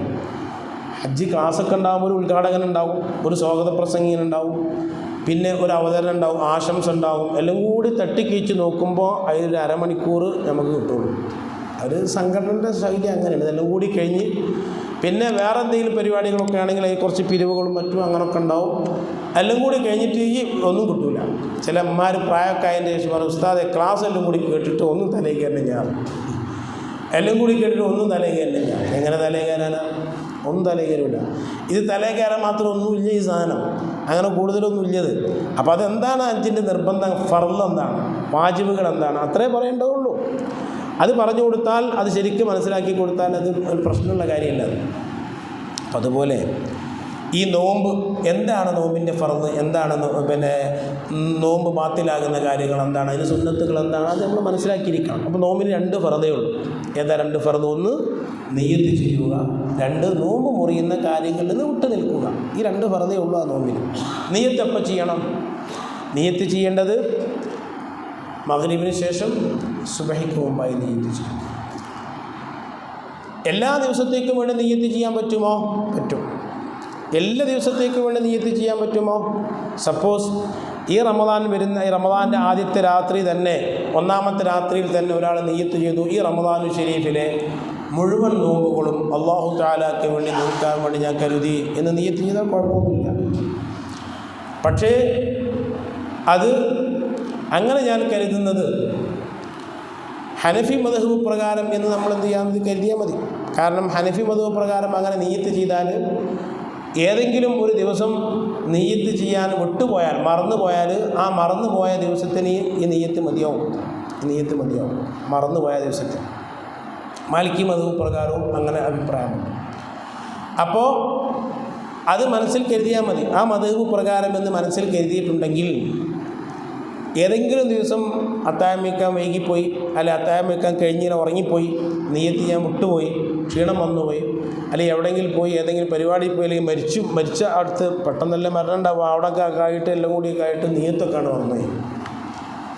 അങ്ങനെ മറന്നുപോയ ദിവസത്തിനൊക്കെ ഈ അഡ്വാൻസായിട്ട് ചെയ്തത് വെച്ച് നിയ്യത്ത് മതിയാവും. അങ്ങനെ അഡ്വാൻസായിട്ട് നിയ്യത്ത് വെച്ചാൽ തന്നെ ഓരോ ദിവസം വേറെ നിയ്യത്ത് ചെയ്യണം. പക്ഷേ ആ അഡ്വാൻസായിട്ട് ഒന്നായിട്ട് ചെയ്താലുള്ള നേട്ടം ഇതാണ്. ഏതെങ്കിലും ഒരു ദിവസത്തെ നിയ്യത്ത് മറന്നുപോയാൽ ആ മറന്നുപോയ നിയ്യത്തിന് അത് മതിയാകും എന്ന് മഹാന്മാരായ പണ്ഡിതന്മാർ പറഞ്ഞിട്ടുണ്ട്. ഇനി ഞാൻ നേരത്തെ പറഞ്ഞല്ലോ, നിയ്യത്ത് വെച്ച് കഴിഞ്ഞാൽ പിന്നെ ആ നിയ്യത്തിന് തകരാറ് പറ്റൽ ഞാൻ നാളെ നോമ്പ് നോൽക്കുന്നില്ലെന്ന് തീരുമാനിച്ചാലാണ്. എന്നല്ലാതെ നിയ്യത്ത് വെച്ചതിന് ശേഷം ഭക്ഷണം കഴിച്ചാലോ, ഭാര്യയുമായി ബന്ധപ്പെട്ടാലോ, അല്ലെങ്കിൽ സ്വപ്നസ്കലനുണ്ടായാലോ, ഇതുകൊണ്ടൊന്നും നിയ്യത്തിനൊരു തകരാറും പറ്റൂല, ആ നിയ്യത്തിന് കുഴപ്പം വരില്ല. പിന്നെ ആ നിയ്യത്ത് ഞാൻ നാളെ നോമ്പ് വെക്കുന്നില്ല എന്നുള്ള തീരുമാനത്തിലെത്തിയാൽ മാത്രമേ നിയ്യത്തിന് തകരാറ് പറ്റൂ.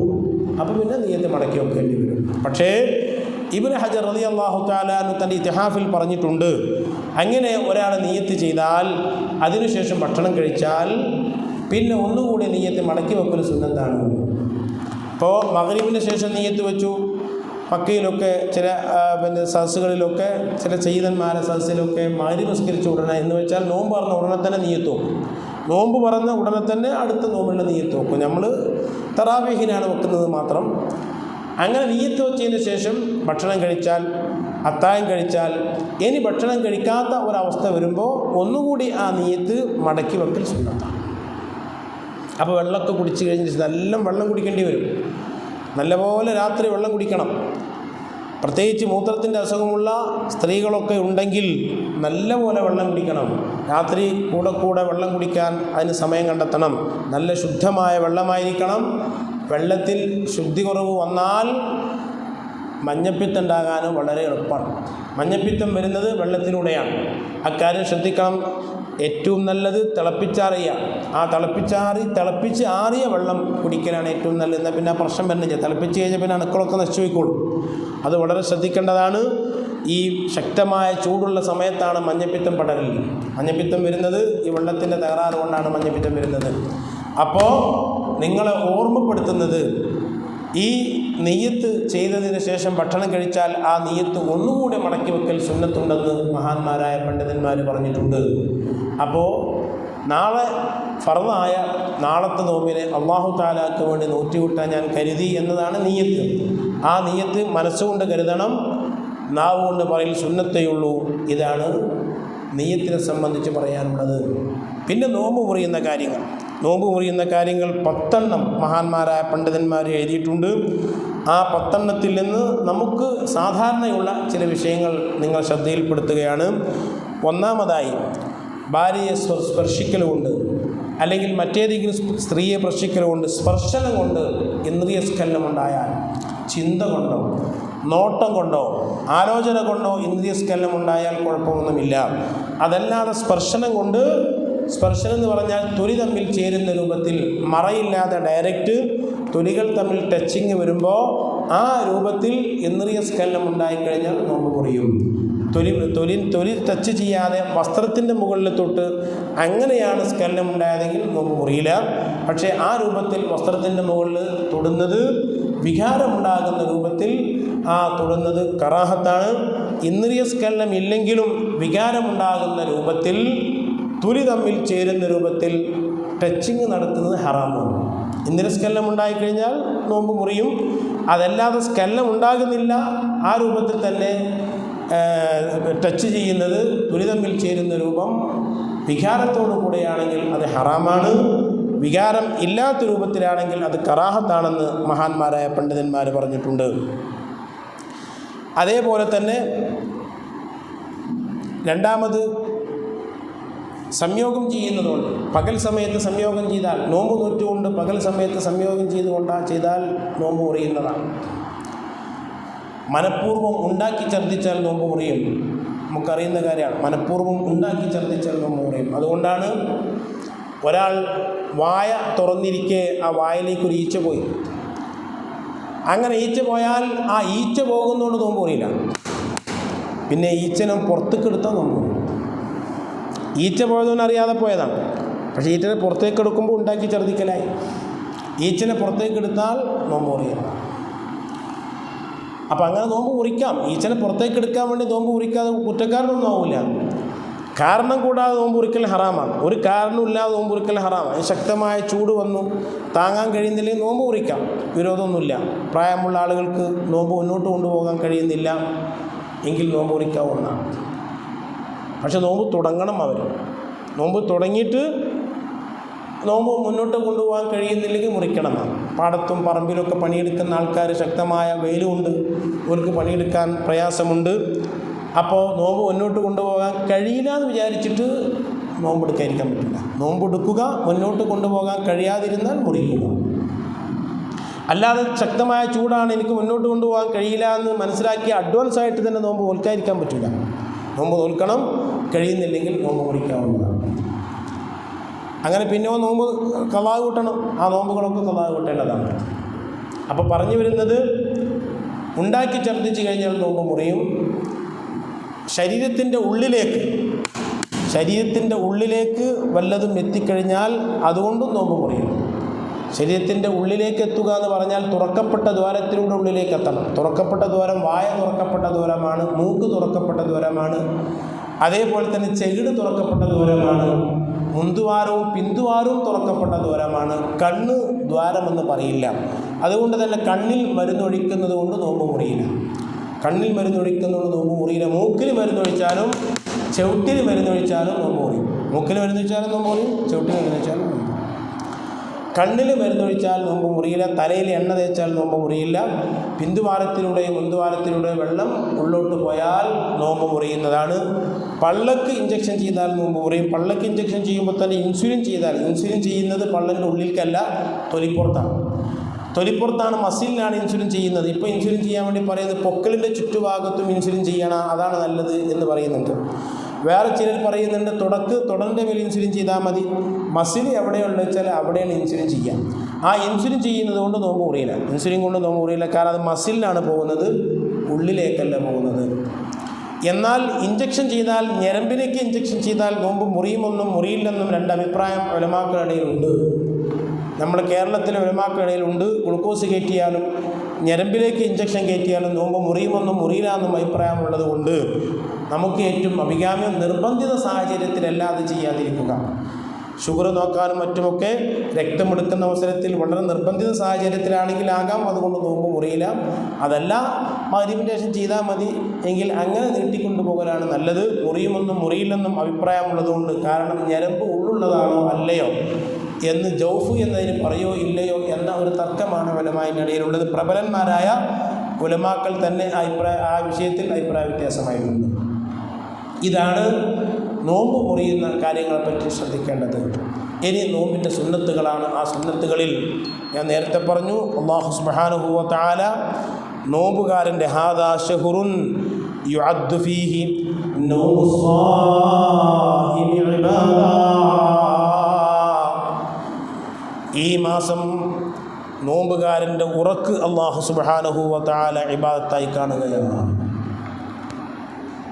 നോക്ക് നിങ്ങൾ, നോമ്പുകാരൻ്റെ ഉറക്ക് അത് ഇബാദത്താണ്, ക്ഷീണിച്ചുകൊണ്ടുള്ള ഉറക്ക്.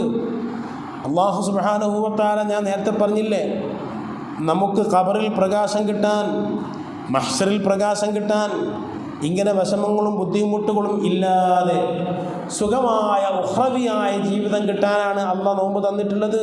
പ്രധാനപ്പെട്ട റഈസുൽ ഉലമ പൊന്നാനി ആണ്ട് നേർച്ചയ്ക്ക് വന്നപ്പോൾ ദ്വാരന്നപ്പോൾ ബല്ലിഗ്നാ റമദാൻ 3 വട്ടം ദ്വാരം. കുറച്ചോനെ റമദാനിലേക്ക് ഞങ്ങൾ എത്തിക്കണേ അള്ളാഹ്, റമദാനിലേക്ക് ഞങ്ങൾ എത്തിക്കണേ അള്ളാഹ്. മഹാന്മാരായ ആളുകൾക്കൊക്കെ മാസം കൊണ്ട് വരിക എന്ന് പറഞ്ഞാൽ എന്തോ ഒരു സന്തോഷം എന്നറിയാം. കാരണം അള്ളാഹിൻ്റെ മുന്നിൽ കരയാൻ, റബ്ബിനോട് പാപങ്ങളൊക്കെ ഏറ്റുപറയാൻ, എല്ലാ ആവശ്യങ്ങളും റബ്ബിനോട് ചോദിച്ച് വാങ്ങിക്കാൻ പറ്റുന്നൊരു മാസം. അല്ലാഹു സുബ്ഹാനഹു വ തആല ഒരു നോമ്പും നഷ്ടപ്പെടാതെ നോക്കാൻ തൗഫീഖ് ചെയ്ത് അനുഗ്രഹിക്കുമാറാകട്ടെ. ഞാൻ അവസാനിപ്പിക്കുകയാണ്.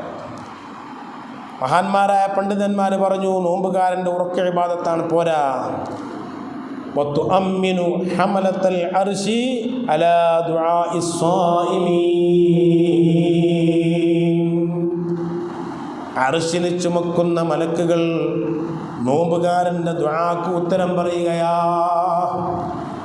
അർശിനെ ചുമക്കുന്ന മലക്കുകൾ നോമ്പുകാരൻ്റെ ദുആക്ക് ഉത്തരം പറയും. അത്രക്കും പ്രധാനപ്പെട്ട ഒരു ഇബാദത്താണ് നോമ്പ് എന്നാണ് മഹാന്മാരായ പണ്ഡിതന്മാർ പറഞ്ഞിട്ടുള്ളത്. അതോടുകൂടെ നോമ്പ് തുറക്കുന്ന അവസരത്തിലുള്ള ദുആക്ക് വലിയ ഉത്തരം. നോമ്പ് തുറക്കുന്ന അവസരത്തിലുള്ള ദുആ, ഒരു ഇബാദത്ത് പൂർത്തിയാകുന്ന സമയത്തുള്ള ദുആണല്ലോ അത്. വിശന്ന് ഒട്ടി ദാഹിച്ച് പരവശനായ സമയത്തുള്ള ആ ദുആ ഞാൻ എപ്പോഴും ഓർമ്മപ്പെടുത്താറുണ്ട്. നോമ്പ് തുറ സൽക്കാരങ്ങളൊക്കെ നോമ്പ് തുടക്കത്തിലേ അതൊക്കെ നടത്തും. എപ്പോൾ നടത്തിയാലും കുഴപ്പമൊന്നുമില്ല. പുതിയാപ്പള്ളിനെ സൽക്കരിക്കേണ്ടത് അത് നോമ്പ് 3-ന്റെ ഉള്ളിലാണെന്ന് ഒരു കിതാബിലും പറഞ്ഞിട്ടില്ല. അതൊരു സുന്നത്തുമില്ല, സുന്നത്ത് മോക്കതുമില്ല, ഒന്നുമില്ല. അത് നമ്മളെ നാട്ടിൽ എങ്ങനെ വന്നു എന്ന് അല്ലാഹു അഅലം. പഴയ കാലത്ത് പുതിയാപ്പൾക്ക് പൈസ കൊടുക്കും, നോമ്പ് എനിക്കൊക്കെ കിട്ടിക്കണം, നിങ്ങൾക്ക് കിട്ടിക്കണമെന്ന് അറിഞ്ഞൂടാ. അതൊക്കെ പോയി അതൊക്കെ എടുത്തു പോയതാണ്. ഇപ്പോൾ പുതിയാപ്പളക്ക് നോമ്പ് പറഞ്ഞാൽ പൈസ കൊടുക്കും. എനിക്ക് തോന്നുന്നത് ആ പൈസയ്ക്ക് വേണ്ടിയിട്ടായിരിക്കും നോമ്പ് 1-ന് തന്നെ അല്ലെങ്കിൽ 2-നൊക്കെ നോമ്പുറക്കൽ ഉണ്ടാക്കിയെന്നാണ്. എന്നാൽ പിന്നെ കുറേ കാര്യങ്ങളൊക്കെ നടക്കുമല്ലോ, ദാരിദ്ര്യം പിടിച്ച കാലമല്ലേ. സുബ്ഹാനല്ലാഹ്, എന്തെല്ലാം സംഗതികൾ ഉണ്ടായിരുന്നു പഴയ കാലത്ത്. പുതിയാപ്പളക്ക് അത് ആ സ്ത്രീധനത്തിൻ്റെ ശതമാനം അനുസരിച്ചാണ് ഇത് കൊടുക്കുക, ആ പൈസ കൊടുക്കുക. എന്തെല്ലാം ഇവിടെ നടന്നുപോയി. അത് നോമ്പ് 3-ന്റെ ഉള്ളിൽ നോമ്പ് ഉറപ്പിച്ചിട്ടില്ലെങ്കിൽ പിന്നെ പ്രശ്നമാണ്. അത് വലിയ പ്രശ്നം. നോമ്പ് 3-ന്റെ ഉള്ളിൽ ഉറപ്പിച്ചിട്ടില്ലെങ്കിൽ വലിയ പ്രശ്നമാണ്. ഇതൊക്കെ ഇവിടെ നടന്നു പോയതാണ്. അപ്പോൾ അത് എപ്പോഴും ആകാം അങ്ങനൊന്നുമില്ല. എങ്ങനെയൊക്കെ വന്ന് അല്ലാഹു അഅലം അങ്ങനൊന്നും പറഞ്ഞിട്ടില്ല. പുതിയാപ്പള നോമ്പുറപ്പിക്കാനും പറഞ്ഞിട്ടില്ല. എല്ലാവരും മാതിരി ഒരു പവർ സ്ഥാനം എന്നല്ലാതെ പുതിയാപ്പളക്ക് നോമ്പുറക്കുന്ന വിഷയത്തിന് പ്രത്യേകിച്ച് പവറൊന്നുമില്ല. ഒരു മുഗ്നായ മനുഷ്യൻ എല്ലാവരും കണക്കാനാണ്, പുതിയാപ്പളയും കണക്കാൻ, എല്ലാവരും കണക്കാനല്ലാതെ അതിലങ്ങനൊന്നും വന്നിട്ടില്ല. എനിക്ക് തോന്നുന്നത് ഇങ്ങനെയൊക്കെയുള്ള ചില മാമൂലുകൾക്ക് വേണ്ടി അങ്ങനെയൊക്കെ ആയതായിരിക്കാം എന്ന് പറയുന്നു. ഏതായിരുന്നാലും ആ പഴയമായൊക്കെ നടന്നോട്ടെ, ഇനി അതിന് മാറ്റങ്ങളൊന്നും വരുത്തണ്ട, അതങ്ങനെ നടന്നോട്ടെ. ഇനി അതിൻ്റെ പേരിൽ മൊയ്ലിയർ വേദറിഞ്ഞിട്ട് 3-ന്റെ മുമ്പ് നോമ്പറപ്പിക്കൽ സുന്നത്തില്ല പറഞ്ഞില്ല എന്ന് പറഞ്ഞിട്ട് ഇനി അതിൻ്റെ മേലിൽ പ്രശ്നമൊന്നും ഉണ്ടാക്കണ്ട. ഏതായിരുന്നാലും വിഷയങ്ങൾ മനസ്സിലാക്കാൻ വേണ്ടി പറയുക, അള്ളാഹിൻ്റെ ദീൻ എളുപ്പമാണ്, നമുക്ക് ഇടങ്ങറുള്ള ഒന്നും ദീനിലില്ല. അപ്പോൾ നോമ്പ് തുറക്കുന്ന അവസരത്തിലുള്ള ദുആക്ക് വല്ലാത്ത ഉത്തരവുണ്ട്. അപ്പോൾ ഒച്ചപ്പാടും ബഹളം വെച്ചിട്ട് സമയം കളയരുത്. അപ്പോൾ ഞാൻ എപ്പോഴും ഓർമ്മപ്പെടുത്താറുണ്ട്, ടേബിളിൻ്റെ മേലെ ഇരിക്കുന്ന എവിടെന്നെങ്കിലും ഒരു സുബ്ഹാനല്ലാഹി ബിഹംദിഹി സുബ്ഹാനല്ലാഹിൽ അദീം എന്നിങ്ങനെ ഒരാളിങ്ങനെ ചൊല്ലിയാൽ അതെല്ലാവരും ചൊല്ലിക്കോളും. അതങ്ങനെ ചൊല്ലിക്കോളൂ. അത് അവിടെ നിന്ന് ചെല്ലിയാൽ മതി, നമ്മൾ ചെല്ലിയല്ലേ എന്ന് പറഞ്ഞാൽ ചെല്ലിയാൽ മതി. അപ്പോൾ അങ്ങ് വെക്കുന്ന ആൾക്കാരൊക്കെ അങ്ങനെ എടുക്കും വെച്ചോട്ടെ, ചായയും പലഹാരങ്ങളൊക്കെ പോലെ വെക്കുന്നവരൊക്കെ എന്ത് ചെയ്ത് വെച്ചോട്ടെ. നമ്മൾ ആ സദസ്സ് ഒരു നല്ല സദസ്സാക്കി മാറ്റാൻ നമ്മൾ ശ്രമിച്ചാൽ മതി. അങ്ങനെയൊക്കെയാണ് മാറ്റങ്ങൾ വരുത്തുന്നത്. അതൊക്കെയാണ് മാറ്റങ്ങൾ. അങ്ങനെയൊക്കെയാണ് മാറ്റം വരുത്തേണ്ടത്. അതിനൊക്കെ നമുക്ക് സൗകര്യമായില്ലേ, എല്ലാ സാധനവും ഓർഡർ ചെയ്യല്ലേ. അതൊക്കെ അങ്ങോട്ട് കൂടെ വെക്കേണ്ട ഒരു പണിയല്ലേ ഉള്ളൂ. അതൊക്കെ അങ്ങോട്ടൊക്കെ വെക്കേണ്ട പണിയുള്ളൂ. ഇപ്പോൾ ഒരു പരിപാടിക്കും ആരും വിളിക്കരുതേ എന്ന് വരയ്ക്കുക. എന്താ കാരണം? വിളിച്ചു കഴിഞ്ഞാൽ അതൊക്കെ എവിടുന്നൊക്കെ കൊണ്ടുവരുന്ന ഭക്ഷണം, മറ്റ് നമ്മളെ പേരിൽ നിന്ന് പെരക്കാരത്തിൻ്റെയാക്കിയ ഭക്ഷണം ഉണ്ടാവും. എനിക്കാണെങ്കിലും അങ്ങനെ തന്നെയാണ്. എനിക്കിവിടെ നല്ല ഭക്ഷണം കിട്ടും. പിന്നെ എവിടേക്കൊക്കെ കൊണ്ടുപോയിട്ട് എവിടെയെങ്കിലും ചപ്പാത്തി കമ്പനിയിൽ നിന്ന് കൊണ്ടുപോയി അതൊക്കെ പാടത്ത് അത് തിന്നേണ്ട അവസരം വരിക. ഓരൊക്കെ എങ്ങനെ ഉണ്ടാക്കണമെന്ന് അല്ലാഹു അഅലം. അപ്പോൾ ആർക്കും നോമ്പ് തുറക്കാനിപ്പോൾ പോകാൻ പഴയ കാലത്ത് മാതിരി താല്പര്യമൊന്നും ഉണ്ടാവില്ല. കാരണം ഇങ്ങനത്തെ ഭക്ഷണമായിപ്പോയി, ഇപ്പോൾ കിട്ടുന്നത് ഇങ്ങനത്തെ ആയിപ്പോയി. ഒരു പണിയില്ലല്ലോ, ഒക്കെ ഓർഡർ ചെയ്ത് അരമണിക്കൂർ മുമ്പ് ഓട്ടോറിക്ഷയിൽ അല്ലെങ്കിൽ മറ്റു വാഹനത്തിൽ അവിടെ വന്നിറങ്ങണം. എന്നിട്ട് അതിങ്ങനെ കൊടുക്കേണ്ട ഒരു പണിയുള്ളൂ. ബത്തക്കൊന്ന് മുറിക്കേണ്ട ഒരു പണി ഉണ്ടാവും. ബത്തക്ക് മുറിക്കാൻ എന്താ പണിയുള്ളത്? നല്ല മൂർച്ചയില്ലാത്ത കത്തി കൊണ്ട് അത് മുറിക്കാൻ പറ്റും. വേറെ എന്താ പണി? ആ സമൂസ ഒന്ന് അവിടെ ഇവിടെയൊക്കെ വെക്കേണ്ട പണിയേ ഉള്ളൂ. അതെന്ത് പണിയപ്പോൾ ഉള്ളത്? യാതൊരു പണിയില്ല. പഴയ കാലത്ത് പത്തിരി വരുത്താൻ വേണ്ടി അയൽവാസികളൊക്കെ കടന്നു വരും. എന്നിട്ട് ഒരാൾ പത്തിരി ചാമ്പും.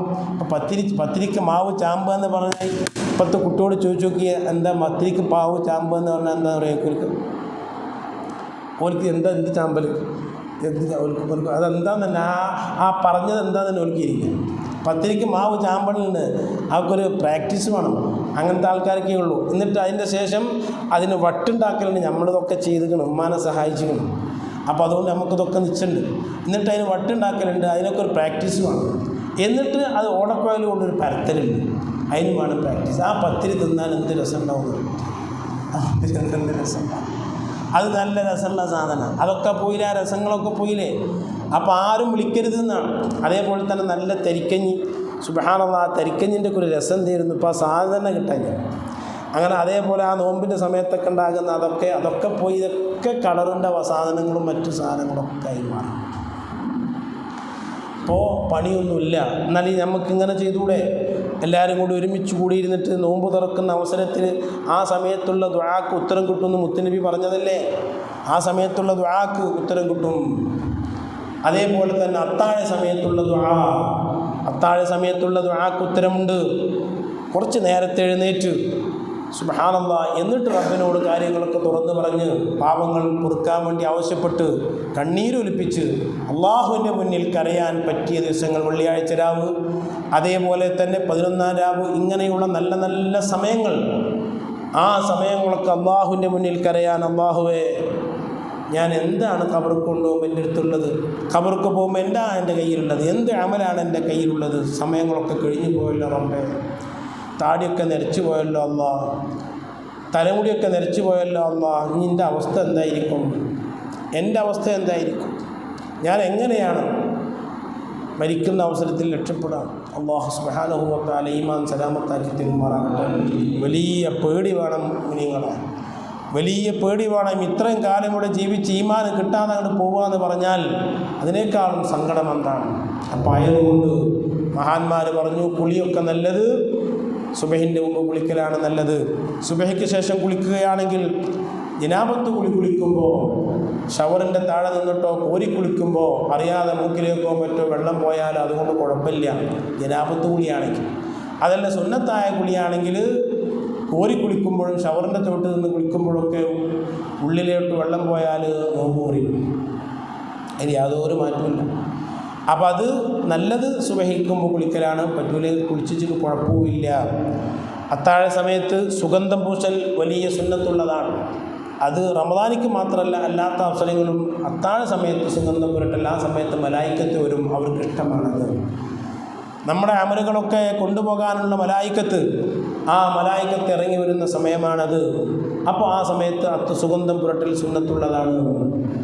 അതുകൊണ്ട് ഞാൻ ഓർമ്മപ്പെടുത്തുന്നു, രാത്രികൾ അത്താഴത്തിന് എഴുന്നേൽക്കുന്നതിൻ്റെ കുറച്ച് മുമ്പ്, ഒരു 4 മണിക്കാണ് എഴുന്നേൽക്കാൻ തീരുമാനിക്കുന്നതെങ്കിൽ ഒരു 3:30 മണിക്ക് എഴുന്നേറ്റ് അരമണിക്കൂർ അള്ളാഹുവിൻ്റെ മുന്നിൽ, റബ്ബിൻ്റെ മുന്നിൽ പാപമോചനത്തിന് വേണ്ടി, മക്കൾ നന്നാകാൻ വേണ്ടി. സുബ്ഹാനല്ലാഹ്, മക്കൾ വടക്കാകുന്നതൊക്കെ കേൾക്കാൻ വയ്യാതെ, പത്രം നോക്കാൻ വയ്യാതെ, പ്രസവിച്ച കുട്ടിനെ, ആ കുട്ടിനെ ബക്കറ്റിലിട്ട് കൊല്ലുന്നതൊക്കെ മലപ്പുറം ജില്ലയിൽ നിന്നിട്ട് നമ്മൾ കേൾക്കുക.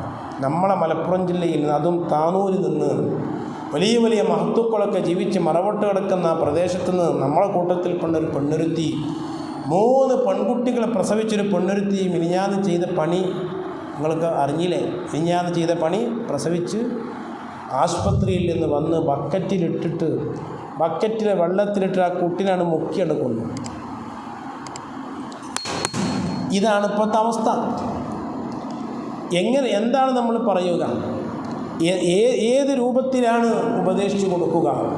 അതുകൊണ്ട് തന്നെ ജല്ല ജലാലുവായ അള്ളാഹുവിലേക്ക് നമ്മുടെ മക്കളെ കാര്യങ്ങളൊക്കെ പറയാൻ പറ്റുന്ന അവസരങ്ങളാണിത്. അതുപോലെ അള്ളാഹ് നന്നാക്കി തരാതെ നമുക്ക് യാതൊരു നിവൃത്തിയില്ല. അപ്പോൾ റബ്ബ് സുബ്ഹാനഹു വ തആലയോട് നന്നാക്കി തരാം, മക്കൾ നന്നാവാൻ വേണ്ടി, നമ്മൾ ആരോഗ്യം നഷ്ടപ്പെട്ടൊരു മൂലക്കലാവാതിരിക്കാൻ വേണ്ടി. ആരോഗ്യം നഷ്ടപ്പെട്ടൊരു മൂലക്കലായിക്കഴിഞ്ഞാൽ നമ്മളെ കൊണ്ട് എല്ലാവരും അടങ്ങറായി. അങ്ങനത്തെ അവസ്ഥയില്ലാതിരിക്കാൻ, അങ്ങനെ നമുക്ക് ആവശ്യമുള്ള, നമ്മുടെ മക്കൾക്ക് ആവശ്യമുള്ള ഭാര്യയും ഭർത്താക്കന്മാരും സന്തോഷത്തോടു കൂടെ ജീവിക്കണം. അതൊക്കെ ഫിത്തനാക്കാൻ വേണ്ടി പല കാര്യങ്ങളും നടക്കും. 10-20 കൊല്ലം യോജിച്ച് ജീവിച്ചിട്ട് പിന്നെ പിരിയുന്ന എത്ര കേസുകളാണ്. ഇങ്ങനെ കുടുംബത്തിൽ കലഹങ്ങൾ, സന്തോഷമില്ലായ്മ, ഇതൊക്കെ ഇല്ലാതായാൻ വേണ്ടി അള്ളാഹിനോട് ദ്വാരക്കാൻ പറ്റിയ, ഹജ്ജിനും ഉംറക്കും സിയാറത്തിനൊക്കെ പോകാൻ ദ്വാരക്കാൻ വേണ്ടി പറ്റിയ ദിവസങ്ങളാണ് കടന്നു വരുന്നത്. അതൊക്കെ ഉപയോഗപ്പെടുത്തുക. സമയമായെന്നറിഞ്ഞാൽ നോമ്പ് തുറക്കൽ സുന്നത്താണ്. സമയമായെന്ന് ഉറപ്പ് കിട്ടണം. ആ ഉറപ്പ് കിട്ടിയാൽ നോമ്പ് തുറക്കൽ സുന്നത്താണ്. പള്ളിക്കന്ന് ബാങ്ക് കൊടുത്തു, പള്ളിക്കത്തെ വാച്ച് അത് കുറച്ച് സ്പീഡ് കൂടുതലായിരുന്നു, സമയമാവാതെ ബാങ്ക് കൊടുത്തു. നോമ്പ് തുറന്നാൽ നോമ്പ് ഖളാ കിട്ടണം. പള്ളിക്കന്ന് ബാങ്ക് കൊടുത്തിട്ടാണ് ഞാൻ നോമ്പ് തുറന്നതെന്ന് പറയാൻ പറ്റില്ല. അപ്പം സമയമായെന്ന് ഉറപ്പ് വേണം. ഉറപ്പായിട്ട് നോമ്പ് തുറക്കാൻ പറ്റും. പള്ളിക്കന്ന് ബാങ്ക് കെട്ടിട്ട് നോമ്പ് തുറന്നതാണ്, നോക്കുമ്പോൾ ബാങ്ക് സമയം തെറ്റിപ്പോയിരുന്നു. മേലെ പറമ്പിൽ തന്നെ അസർ ബാങ്ക് 2:30 മണിക്ക് കൊടുത്തിട്ട് ഇത് ബാങ്കല്ലേ എന്ന് പറഞ്ഞ് വിളിച്ച് അറിഞ്ഞല്ലോ. ഞാൻ പറഞ്ഞതിൻ്റെ മുമ്പാണത് അല്ലേ? അങ്ങ് പഴയ ആൾക്കാർക്കൊക്കെ ഓർമ്മ ഉണ്ടാവും. 3:30ക്കാണ് അന്ന് അസർ. മൂപ്പര് നീച്ചിട്ട് വാച്ച് നോക്കുമ്പോൾ 2:30 ആയിട്ടുള്ളൂ. നോക്കുമ്പോൾ 3:30 ആയെന്ന് വിചാരിച്ചിട്ട് ബാങ്ക് കൊടുത്തു. റമദാനിക്ക് ചിലപ്പോൾ അങ്ങനെയൊക്കെ ഉണ്ടാവും. ക്ഷീണം കൊണ്ട് ബാങ്ക് കൊടുത്ത് നോക്കുമ്പോഴാണ് പടച്ചോനെ ഇത് സമയമായിട്ടില്ലല്ലോ. അപ്പോൾ ഒരു മൈക്ക് കൂടെ തന്നെ മൂപ്പര് വിളിച്ചറിഞ്ഞത് ബാങ്കല്ലേ എന്ന് പറഞ്ഞാൽ വിളിച്ചു. പിന്നെ എന്താണ് അള്ളാഹു അദ്ദേഹത്തിന് പുറത്തു കൊടുക്കുമാറാകട്ടെ. അത് നമ്മളെ നാട്ടിൽ സംഭവിച്ചതാണ്. പക്ഷെ അങ്ങനെ ബാങ്കല്ലേ എന്ന് പറഞ്ഞാണ് മഗ്‌രിബിക്ക് നടത്തിയിട്ടുണ്ടെങ്കിൽ മൊല്ലാക്കാൻ്റെ പിന്നെ നടന്നിട്ടൊന്നും കാര്യം ഉണ്ടാവില്ല. നമ്മളെ നോമ്പ് പോയതന്നെ. മനുഷ്യനാണ്, മൊല്ലാക്കാർക്കും കുഴപ്പം പറ്റും, എല്ലാവർക്കും കുഴപ്പം പറ്റും, മനുഷ്യന്മാർ ഇതൊക്കെ പഴം പറ്റും. അപ്പോൾ ഉറപ്പുവരുത്തണം. ഉറപ്പുവരുത്താതെ നോമ്പ് തുറന്നാൽ ആ നോമ്പ് തുറന്നുകൊണ്ട് കുഴപ്പമൊന്നുമില്ല, ഖളാ വിടണമെന്നേ ഉള്ളൂ. കുറ്റക്കാരനാവില്ല, തെറ്റൊന്നും വരില്ല, ഓന്ന് ഖളാ വിട്ടണം. അപ്പോൾ ഉറപ്പുമാണ്. നോമ്പ് തുറക്കണമെങ്കിൽ ഉറപ്പുമാണ്. നോമ്പ് തുറക്കുമ്പോൾ 3 ഈത്തപ്പഴം കൊണ്ടോ, ഒരു ഈത്തപ്പഴത്തിൻ്റെ 3 വശം കൊണ്ടോ നോമ്പ് തുറക്കൽ സുന്നത്ത്. 3 ഈത്തപ്പഴം കൊണ്ട്, അല്ലെങ്കിൽ ഒരു ഈത്തപ്പഴത്തിൻ്റെ 3 വശം കൊണ്ട്. അപ്പോൾ ചെറുപ്പക്കാർ കുട്ടികൾ ഇതിൽ കുറവാണ്. അവർക്കൊക്കെ പറഞ്ഞു കൊടുക്കേണ്ടിയിരുന്നു.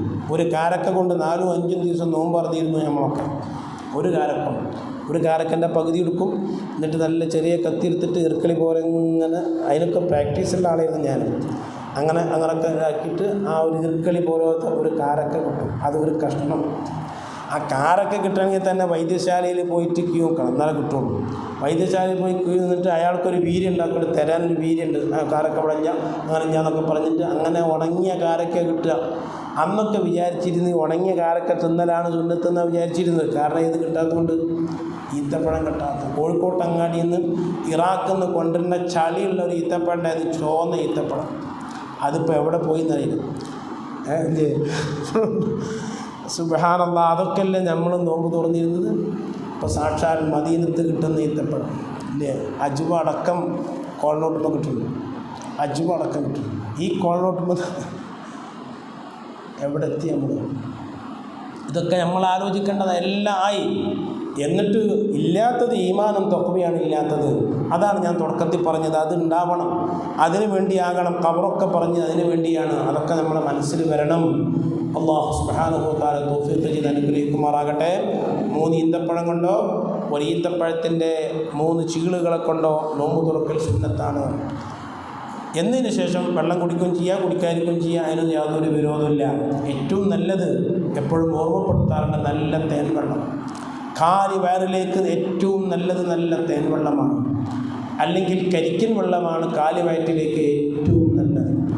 കളറുകൾ കലർന്ന വെള്ളം കുടിക്കാതിരിക്കുക. പ്രത്യേകിച്ച് ഇപ്പോൾ ഡോക്ടർമാരൊക്കെ പറയുന്നുണ്ട്, നമ്മൾ ഗവൺമെൻറ് പറഞ്ഞിട്ടുണ്ട്, കളറുകൾ ഒഴിവാക്കണം. മാരകമായ വിഷമാണത്രയത്, മാരകമായ വിഷം. ചെറിയ വിഷം എന്നല്ല, വലിയ വിഷമാണെന്നാണ് പറയുന്നത്. കുട്ടികൾക്ക് അത്തരം സാധനങ്ങളൊന്നും കൊടുക്കരുതെന്ന് പറഞ്ഞിട്ടുണ്ട്. കളറുകൾ ഉള്ള സാധനങ്ങൾ, അത് പെയിൻറ്റിൽ കൂട്ടുന്ന കളർ വരെ കൂട്ടുന്നുണ്ടെന്നാണ്, പെയിൻറ്റിൽ കൂട്ടുന്ന കളർ. അപ്പം അതൊക്കെ നമ്മൾ ഒഴിവാക്കി പ്രകൃതിദത്തമായ രൂപത്തിൽ നല്ല തേന്, ആ തേനിൻ്റെ വെള്ളം അല്ലെങ്കിൽ കരിക്കിൻ വെള്ളമാണ് കാലി വയറ്റിലേക്ക് ഏറ്റവും നല്ലത്. ഒരു കാരണവശാലും എണ്ണയിൽ മുക്കിപ്പൊരിച്ച സാധനം കാലി വയറ്റിലേക്ക് കൊടുക്കരുതെന്നാണ് ഡോക്ടർമാർ പറയുന്നത്. ഡോക്ടർമാരുടെ അഭിപ്രായം എണ്ണയിൽ മുക്കിപ്പൊരിച്ചത് കാലി വയറ്റിലേക്ക് കൊടുക്കരുതെന്നാണ്. എവിടുന്നാണ് അത് വന്നതെന്ന് അല്ലാഹുവാണ്. എങ്ങനെ വന്നതെന്ന് നമുക്കറിയില്ല, എങ്ങനെയൊക്കെ അത് വന്നത് നമുക്കറിയില്ല. എണ്ണ ചൂടാക്കിയാൽ വിഷമാകുമെന്നാണ് പറയുന്നത്. എണ്ണ ചൂടാക്കിയാൽ വിഷമാകും. അത് പിന്നെയും ചൂടാക്കിയാൽ അതിൻ്റെ വിഷാംശം ഇങ്ങനെ കൂടിക്കൊണ്ടേയിരിക്കും എന്നാണ് ഡോക്ടർമാർ പറയുന്നത്. ഇതിൻ്റെ ഒക്കെ ബുദ്ധിമുട്ട് വരല് പ്രായമായാലാണ്. അതുവരെ നമ്മുടെ ശരീരം പ്രതിരോധിക്കും, പിന്നെ ശരീരത്തിൻ്റെ പ്രതിരോധ ശക്തി കൊണ്ട് കുറയുമ്പോഴാണ് ഇതൊക്കെ കാണുന്നത്. എല്ലാം പ്രതിരോധ ശക്തി കുറയുന്ന അവസരത്തിലാണ് കാണുന്നത്.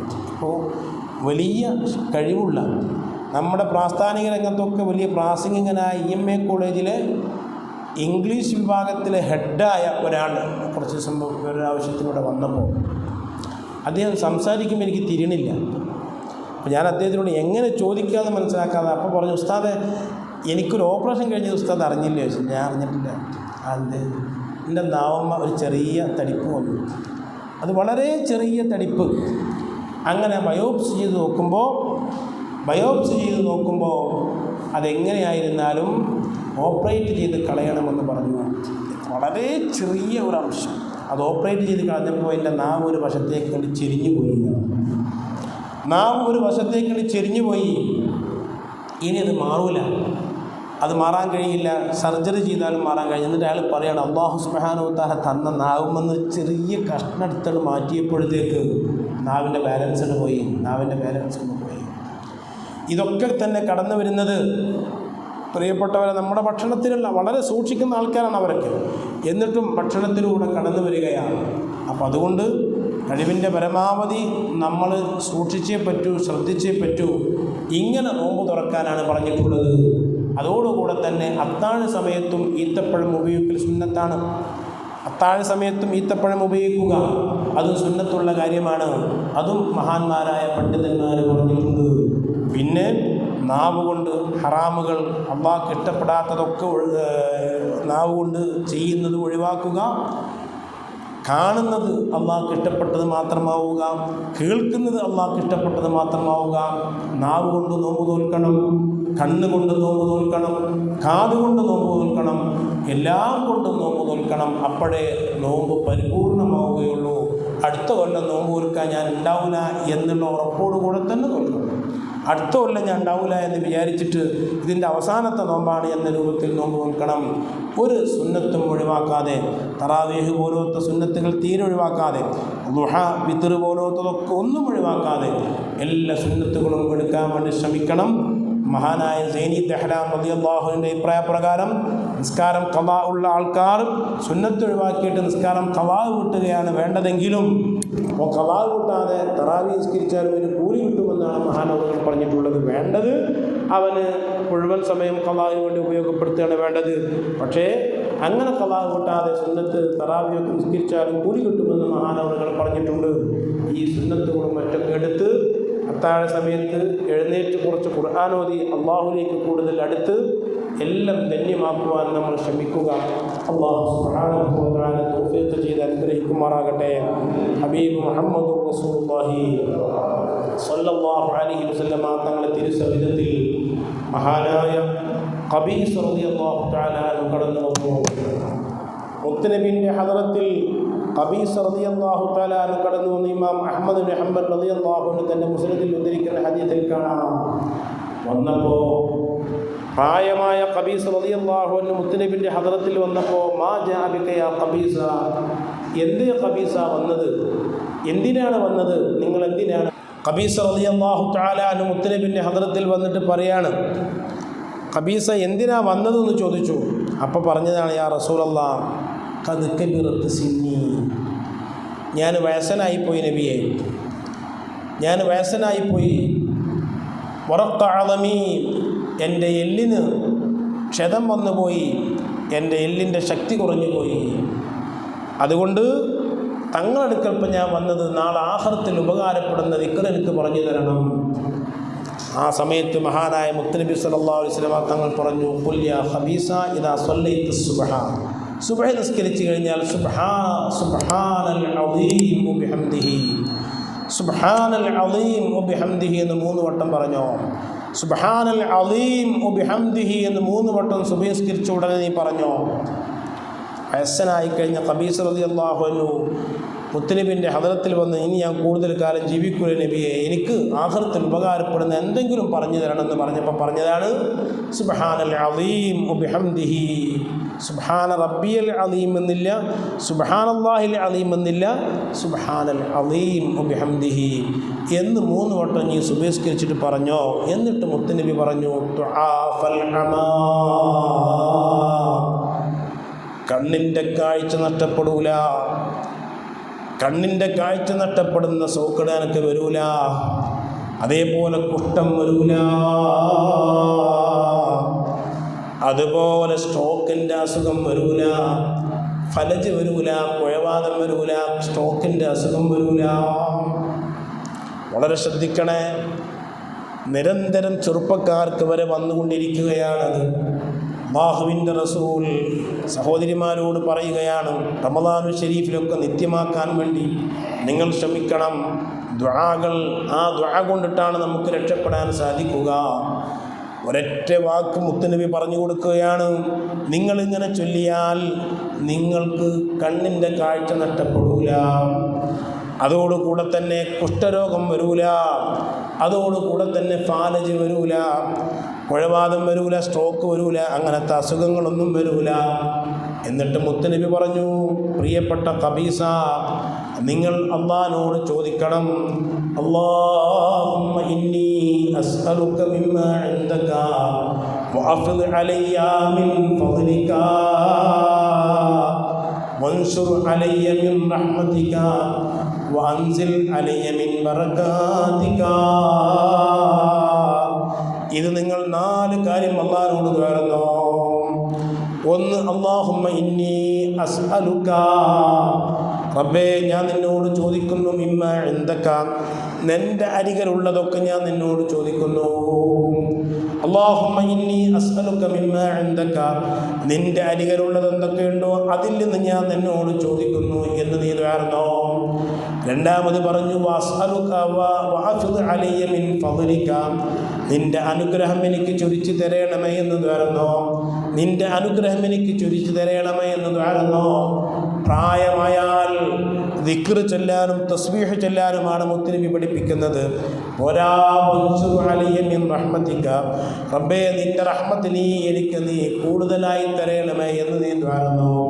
പോരാ, വഅൻസിൽ അലയ്യ മിൻ ബറകാതിക, നിൻ്റെ ബർക്കത്തുകളൊക്കെ എനിക്ക് നീ ഇറക്കിക്കൊണ്ടാ എന്നും ദ്വാരന്നോ എന്ന് റസൂലുള്ളാഹി സ്വല്ലല്ലാഹു അലൈഹി വസല്ലം തങ്ങൾ പഠിപ്പിച്ചു. ശ്രദ്ധിച്ചാൽ നമുക്കൊക്കെ ചൊല്ലാവുന്നതാണ്. ഒരു മിനിറ്റ് പോലും വേണ്ട ഇത് ചൊല്ലാൻ. അല്ലാഹു സുബ്ഹാനഹു വ തആല തൗഫീഖ് ചെയ്ത് അനുഗ്രഹിക്കുമാറാകട്ടെ. ഞാൻ അവസാനിപ്പിക്കുന്നു. ആസന്നമാകുന്ന റമദാൻ അതടുക്കും തോറും മനസ്സിന് സന്തോഷം വേണം. ശക്തിയായ ചൂടല്ലേ, എങ്ങനെ എന്നൊന്നും ചിന്തിക്കണ്ട. അതിനെല്ലാം അല്ലാഹു സുബ്ഹാനഹു വ തആല വഴിയൊരുക്കി തരും. നേരത്തെ പറഞ്ഞതുപോലെ ഖബറിൽ നമുക്ക് കിടക്കണമെന്നും മഹ്ശറിൽ ചിലവഴിക്കണമെന്നും നരകവും സ്വർഗവുമൊക്കെ ഉണ്ടെന്നുമൊക്കെ ഉള്ള ബോധ്യം നമ്മൾക്ക് വേണം.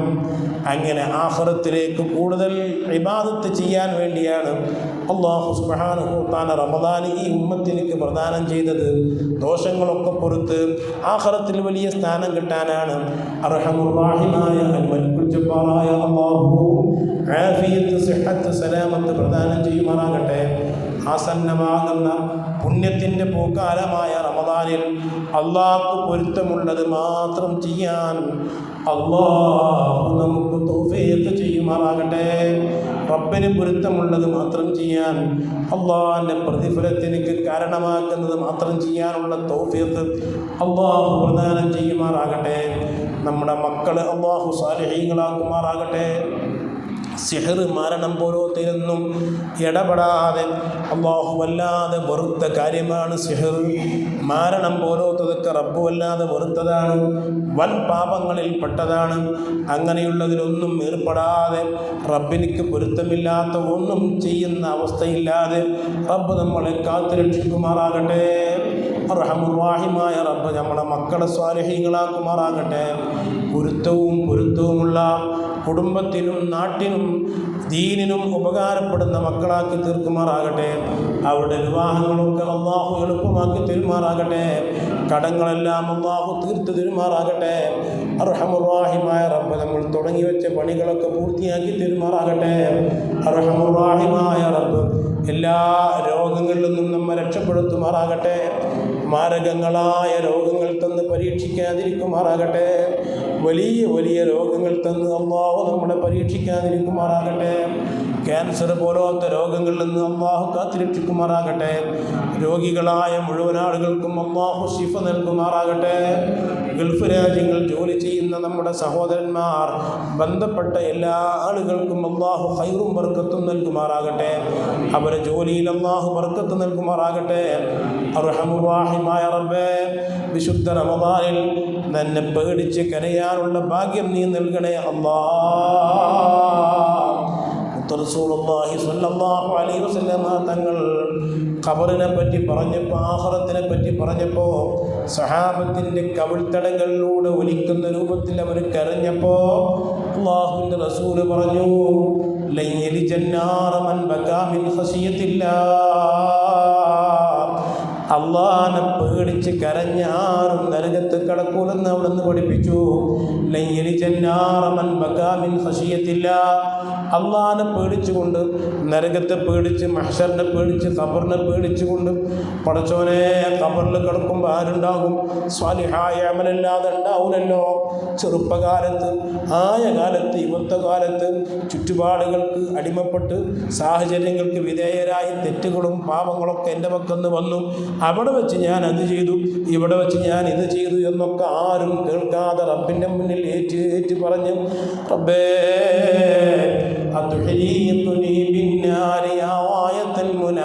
റബ്ബേ നരകത്തിലിട്ട് നീ എന്നെ കരിച്ചു കളയുമോ? ഖബറിൽ എന്നെ ശിക്ഷിക്കുമോ? എന്നിങ്ങനെ റബ്ബിൻ്റെ മുന്നിൽ ഏറ്റു പറഞ്ഞ് കണ്ണീരൊഴിക്കുവാനുള്ള മഹാഭാഗ്യം അല്ലാഹു നമുക്ക് നൽകുമാറാകട്ടെ. അതിനവസരം അല്ലാഹു നൽകുമാറാകട്ടെ. കണ്ണീര് കൊണ്ട് പാപങ്ങൾ കഴുകി വൃത്തിയാക്കാനുള്ള മഹാഭാഗ്യം അല്ലാഹു തൗഫീഖ് ചെയ്ത് അനുഗ്രഹിക്കുമാറാകട്ടെ. നമ്മുടെ മക്കൾക്കും അല്ലാഹു തൗഫീഖ് നൽകട്ടെ. തലാമീദുകൾക്ക് അല്ലാഹു തൗഫീഖ് നൽകട്ടെ. അർഹമുർ-റഹീമായ റബ്ബ് ഇവിടെ ഒരുമിച്ച് കൂടിയ ഈ സദസ്സ് ഖബൂലാക്കുമാറാകട്ടെ. ഉപകാരമുള്ള ഉപദേശമാക്കുമാറാകട്ടെ. നാളെ ആഖിറത്തിൽ വലിയ പ്രതിഫലം കിട്ടുന്ന ഒത്തുകൂടലാക്കുമാറാകട്ടെ. ഹജ്ജിനും ഉംറക്കും ഒരുങ്ങിയ ആളുകൾക്ക് അതിൻ്റെ മാർഗങ്ങളൊക്കെ അള്ളാഹു എളുപ്പാക്കി കൊടുക്കുമാറാകട്ടെ. മഖ്ബൂലത്തും മബ്റൂറത്തുമായ ഹജ്ജും ഉംറയും സിയാറത്തും അള്ളാഹിൻ്റെ പൊരുത്തത്തിനായി ആഫിയത്തോടെ സിഹത്തോടുകൂടെ നിർവഹിച്ച് വരാൻ തൗഫീഖ് അള്ളാഹു നൽകുമാറാകട്ടെ. നമുക്കെല്ലാവർക്കും ഒരുപാട് തവണ മുത്തനബിൻ്റെ ഹദ്റത്തിൽ പോകാൻ, വിശുദ്ധ കഅബാലയത്തിൽ പോകാൻ, പുണ്യ സ്ഥലങ്ങളിലൊക്കെ പോകാൻ അള്ളാഹു തൗഫീഖ് നൽകുമാറാകട്ടെ. നമ്മുടെ ഇൽമിൽ, ദർസിൽ, മക്കളിൽ, തലാമീദുകളിൽ അള്ളാഹു ബർക്കത്ത് ചെയ്യുമാറാകട്ടെ. അള്ളാഹു അല്ലാത്ത ആരിലും അഭയമുണ്ടാകുന്ന അവസ്ഥ അള്ളാഹു നൽകാതിരിക്കുമാറാകട്ടെ. എല്ലാം അള്ളാഹുവിൽ തവക്കുലാക്കാനുള്ള ഭാഗ്യം അള്ളാഹു നൽകുമാറാകട്ടെ. അവസാനം ലാ ഇലാഹ ഇല്ലല്ലാഹ് എന്ന് ചൊല്ലി മരിക്കാനുള്ള മഹാഭാഗ്യം അള്ളാഹു നമുക്കും കുടുംബത്തിനും നൽകി അനുഗ്രഹിക്കുമാറാകട്ടെ. നമ്മളിൽ നിന്ന് മരിച്ചുപോയ നമ്മുടെ ഖബർസ്ഥാനിൽ മറപ്പെട്ട് കിടക്കുന്ന മുഴുവൻ മുഅ്മിനീങ്ങൾക്കും അള്ളാഹു മഗ്ഫിറത്ത് നൽകുമാറാകട്ടെ. ചൂടിൻ്റെ ശക്തി അല്ലാഹു കുറച്ചു തരുമാറാകട്ടെ. ചൂടിൻ്റെ ശക്തി അല്ലാഹു കുറക്കുമാറാകട്ടെ. ചൂടിൻ്റെ ശക്തി അല്ലാഹു കുറക്കുമാറാകട്ടെ. ചെറിയ ചെറിയ മക്കളെ കെട്ടിപ്പിടിച്ച് ഉമ്മ വെച്ച് ചുണ്ടോട് ചേർത്തിപ്പിടിച്ച് ഇനി നമുക്ക് നാളെ കാണാം, സ്വർഗത്തിൽ കാണാമെന്ന് പറഞ്ഞ് യാത്രയേക്കുന്ന ഉമ്മമാർ ഫലസ്തീനിൽ പെരുകി വരികയാണ്. റബ്ബേ, നീ അവരെ രക്ഷപ്പെടുത്തണേ അല്ലാ. പിഞ്ചുകുട്ടികൾ പടഞ്ഞു മരിക്കുന്നത്, അവരെ മാറോട് ചേർത്ത് വാവിട്ട് കരയുന്ന ഞങ്ങളെ പെങ്ങന്മാരെ കാണുമ്പോൾ വല്ലാതെ വിഷമം തോന്നുന്നു അല്ലാ. ഒരു പരിഹാരം നീ കാണിക്കണേ അല്ലാ. റബ്ബേ, നിന്നോട് ദുആരക്കുകയല്ലാതെ ഞങ്ങൾക്കൊരു നിർവാഹവുമില്ല. സ്വന്തം നാട്ടിൽ നിന്ന് ആട്ടി ഓടിച്ച് ഭക്ഷണത്തിന് ക്യൂ നിൽക്കുമ്പോൾ ആ ഘട്ടത്തിൽ വീട് പോയ മനുഷ്യന്മാരുടെ ശരീരത്തിലൂടെ ബുൾഡോസറുകൾ റബ്ബേ കയറ്റിയിറക്കിയിട്ട് അല്ലാഹുവേ, ഉറുമ്പിനെ കൊല്ലുന്നത് പോലെ, കൊതുകുകളെ കൊല്ലുന്നത് പോലെ ഞങ്ങളുടെ സഹോദര സഹോദരിമാരെ കൊന്നൊടുക്കുന്നത് നീ കാണുന്നവനാണ് അല്ലാ. നീ അവരെ രക്ഷപ്പെടുത്തണേ അല്ലാ. മാലിന്യങ്ങളായ യഹൂദികളെയും അവരെ സഹായിക്കുന്നവരെയും നീ എല്ലാ നിലക്കും പരാജയപ്പെടുത്തണം അല്ലാ. അവരിലേക്ക് നീ അദാബിറക്കണം അല്ലാ. റഹ്മാനുറഹീമായ റബ്ബേ, നിനക്ക് സുജൂദ് ചെയ്ത പള്ളികളൊക്കെ നിനക്കിഷ്ടമില്ലാത്ത, നീ ഏറ്റവും വെറുക്കുന്ന ശിർക്കിൻ്റെ കേന്ദ്രങ്ങളാക്കി ആരൊക്കെ ശ്രമിക്കുന്നവോ റബ്ബേ, അവരെ അധികാരം നീ നീക്കം ചെയ്യണം അല്ലാ. അവരെ അധികാരത്തിൽ നീ വലിച്ചെറിയണം അല്ലാ. ഈ ഉമ്മത്തിനെ സഹായിക്കുന്നവരിലേക്ക് ഈ രാജ്യത്തിൻ്റെ അധികാരം നീ നൽകണേ അല്ലാ. ربنا تقبل منا إنك أنت السميع العليم وتب علينا إنك أنت التواب الرحيم. آمين برحمتك يا أرحم الراحمين. بفضل صلى الله على محمد صلى الله عليه وسلم. صلى الله على محمد صلى الله عليه وسلم. اللهم صل على محمد يا رب صل عليه وسلم. صل على جميع الأنبياء والمرسلين. الحمد لله رب العالمين.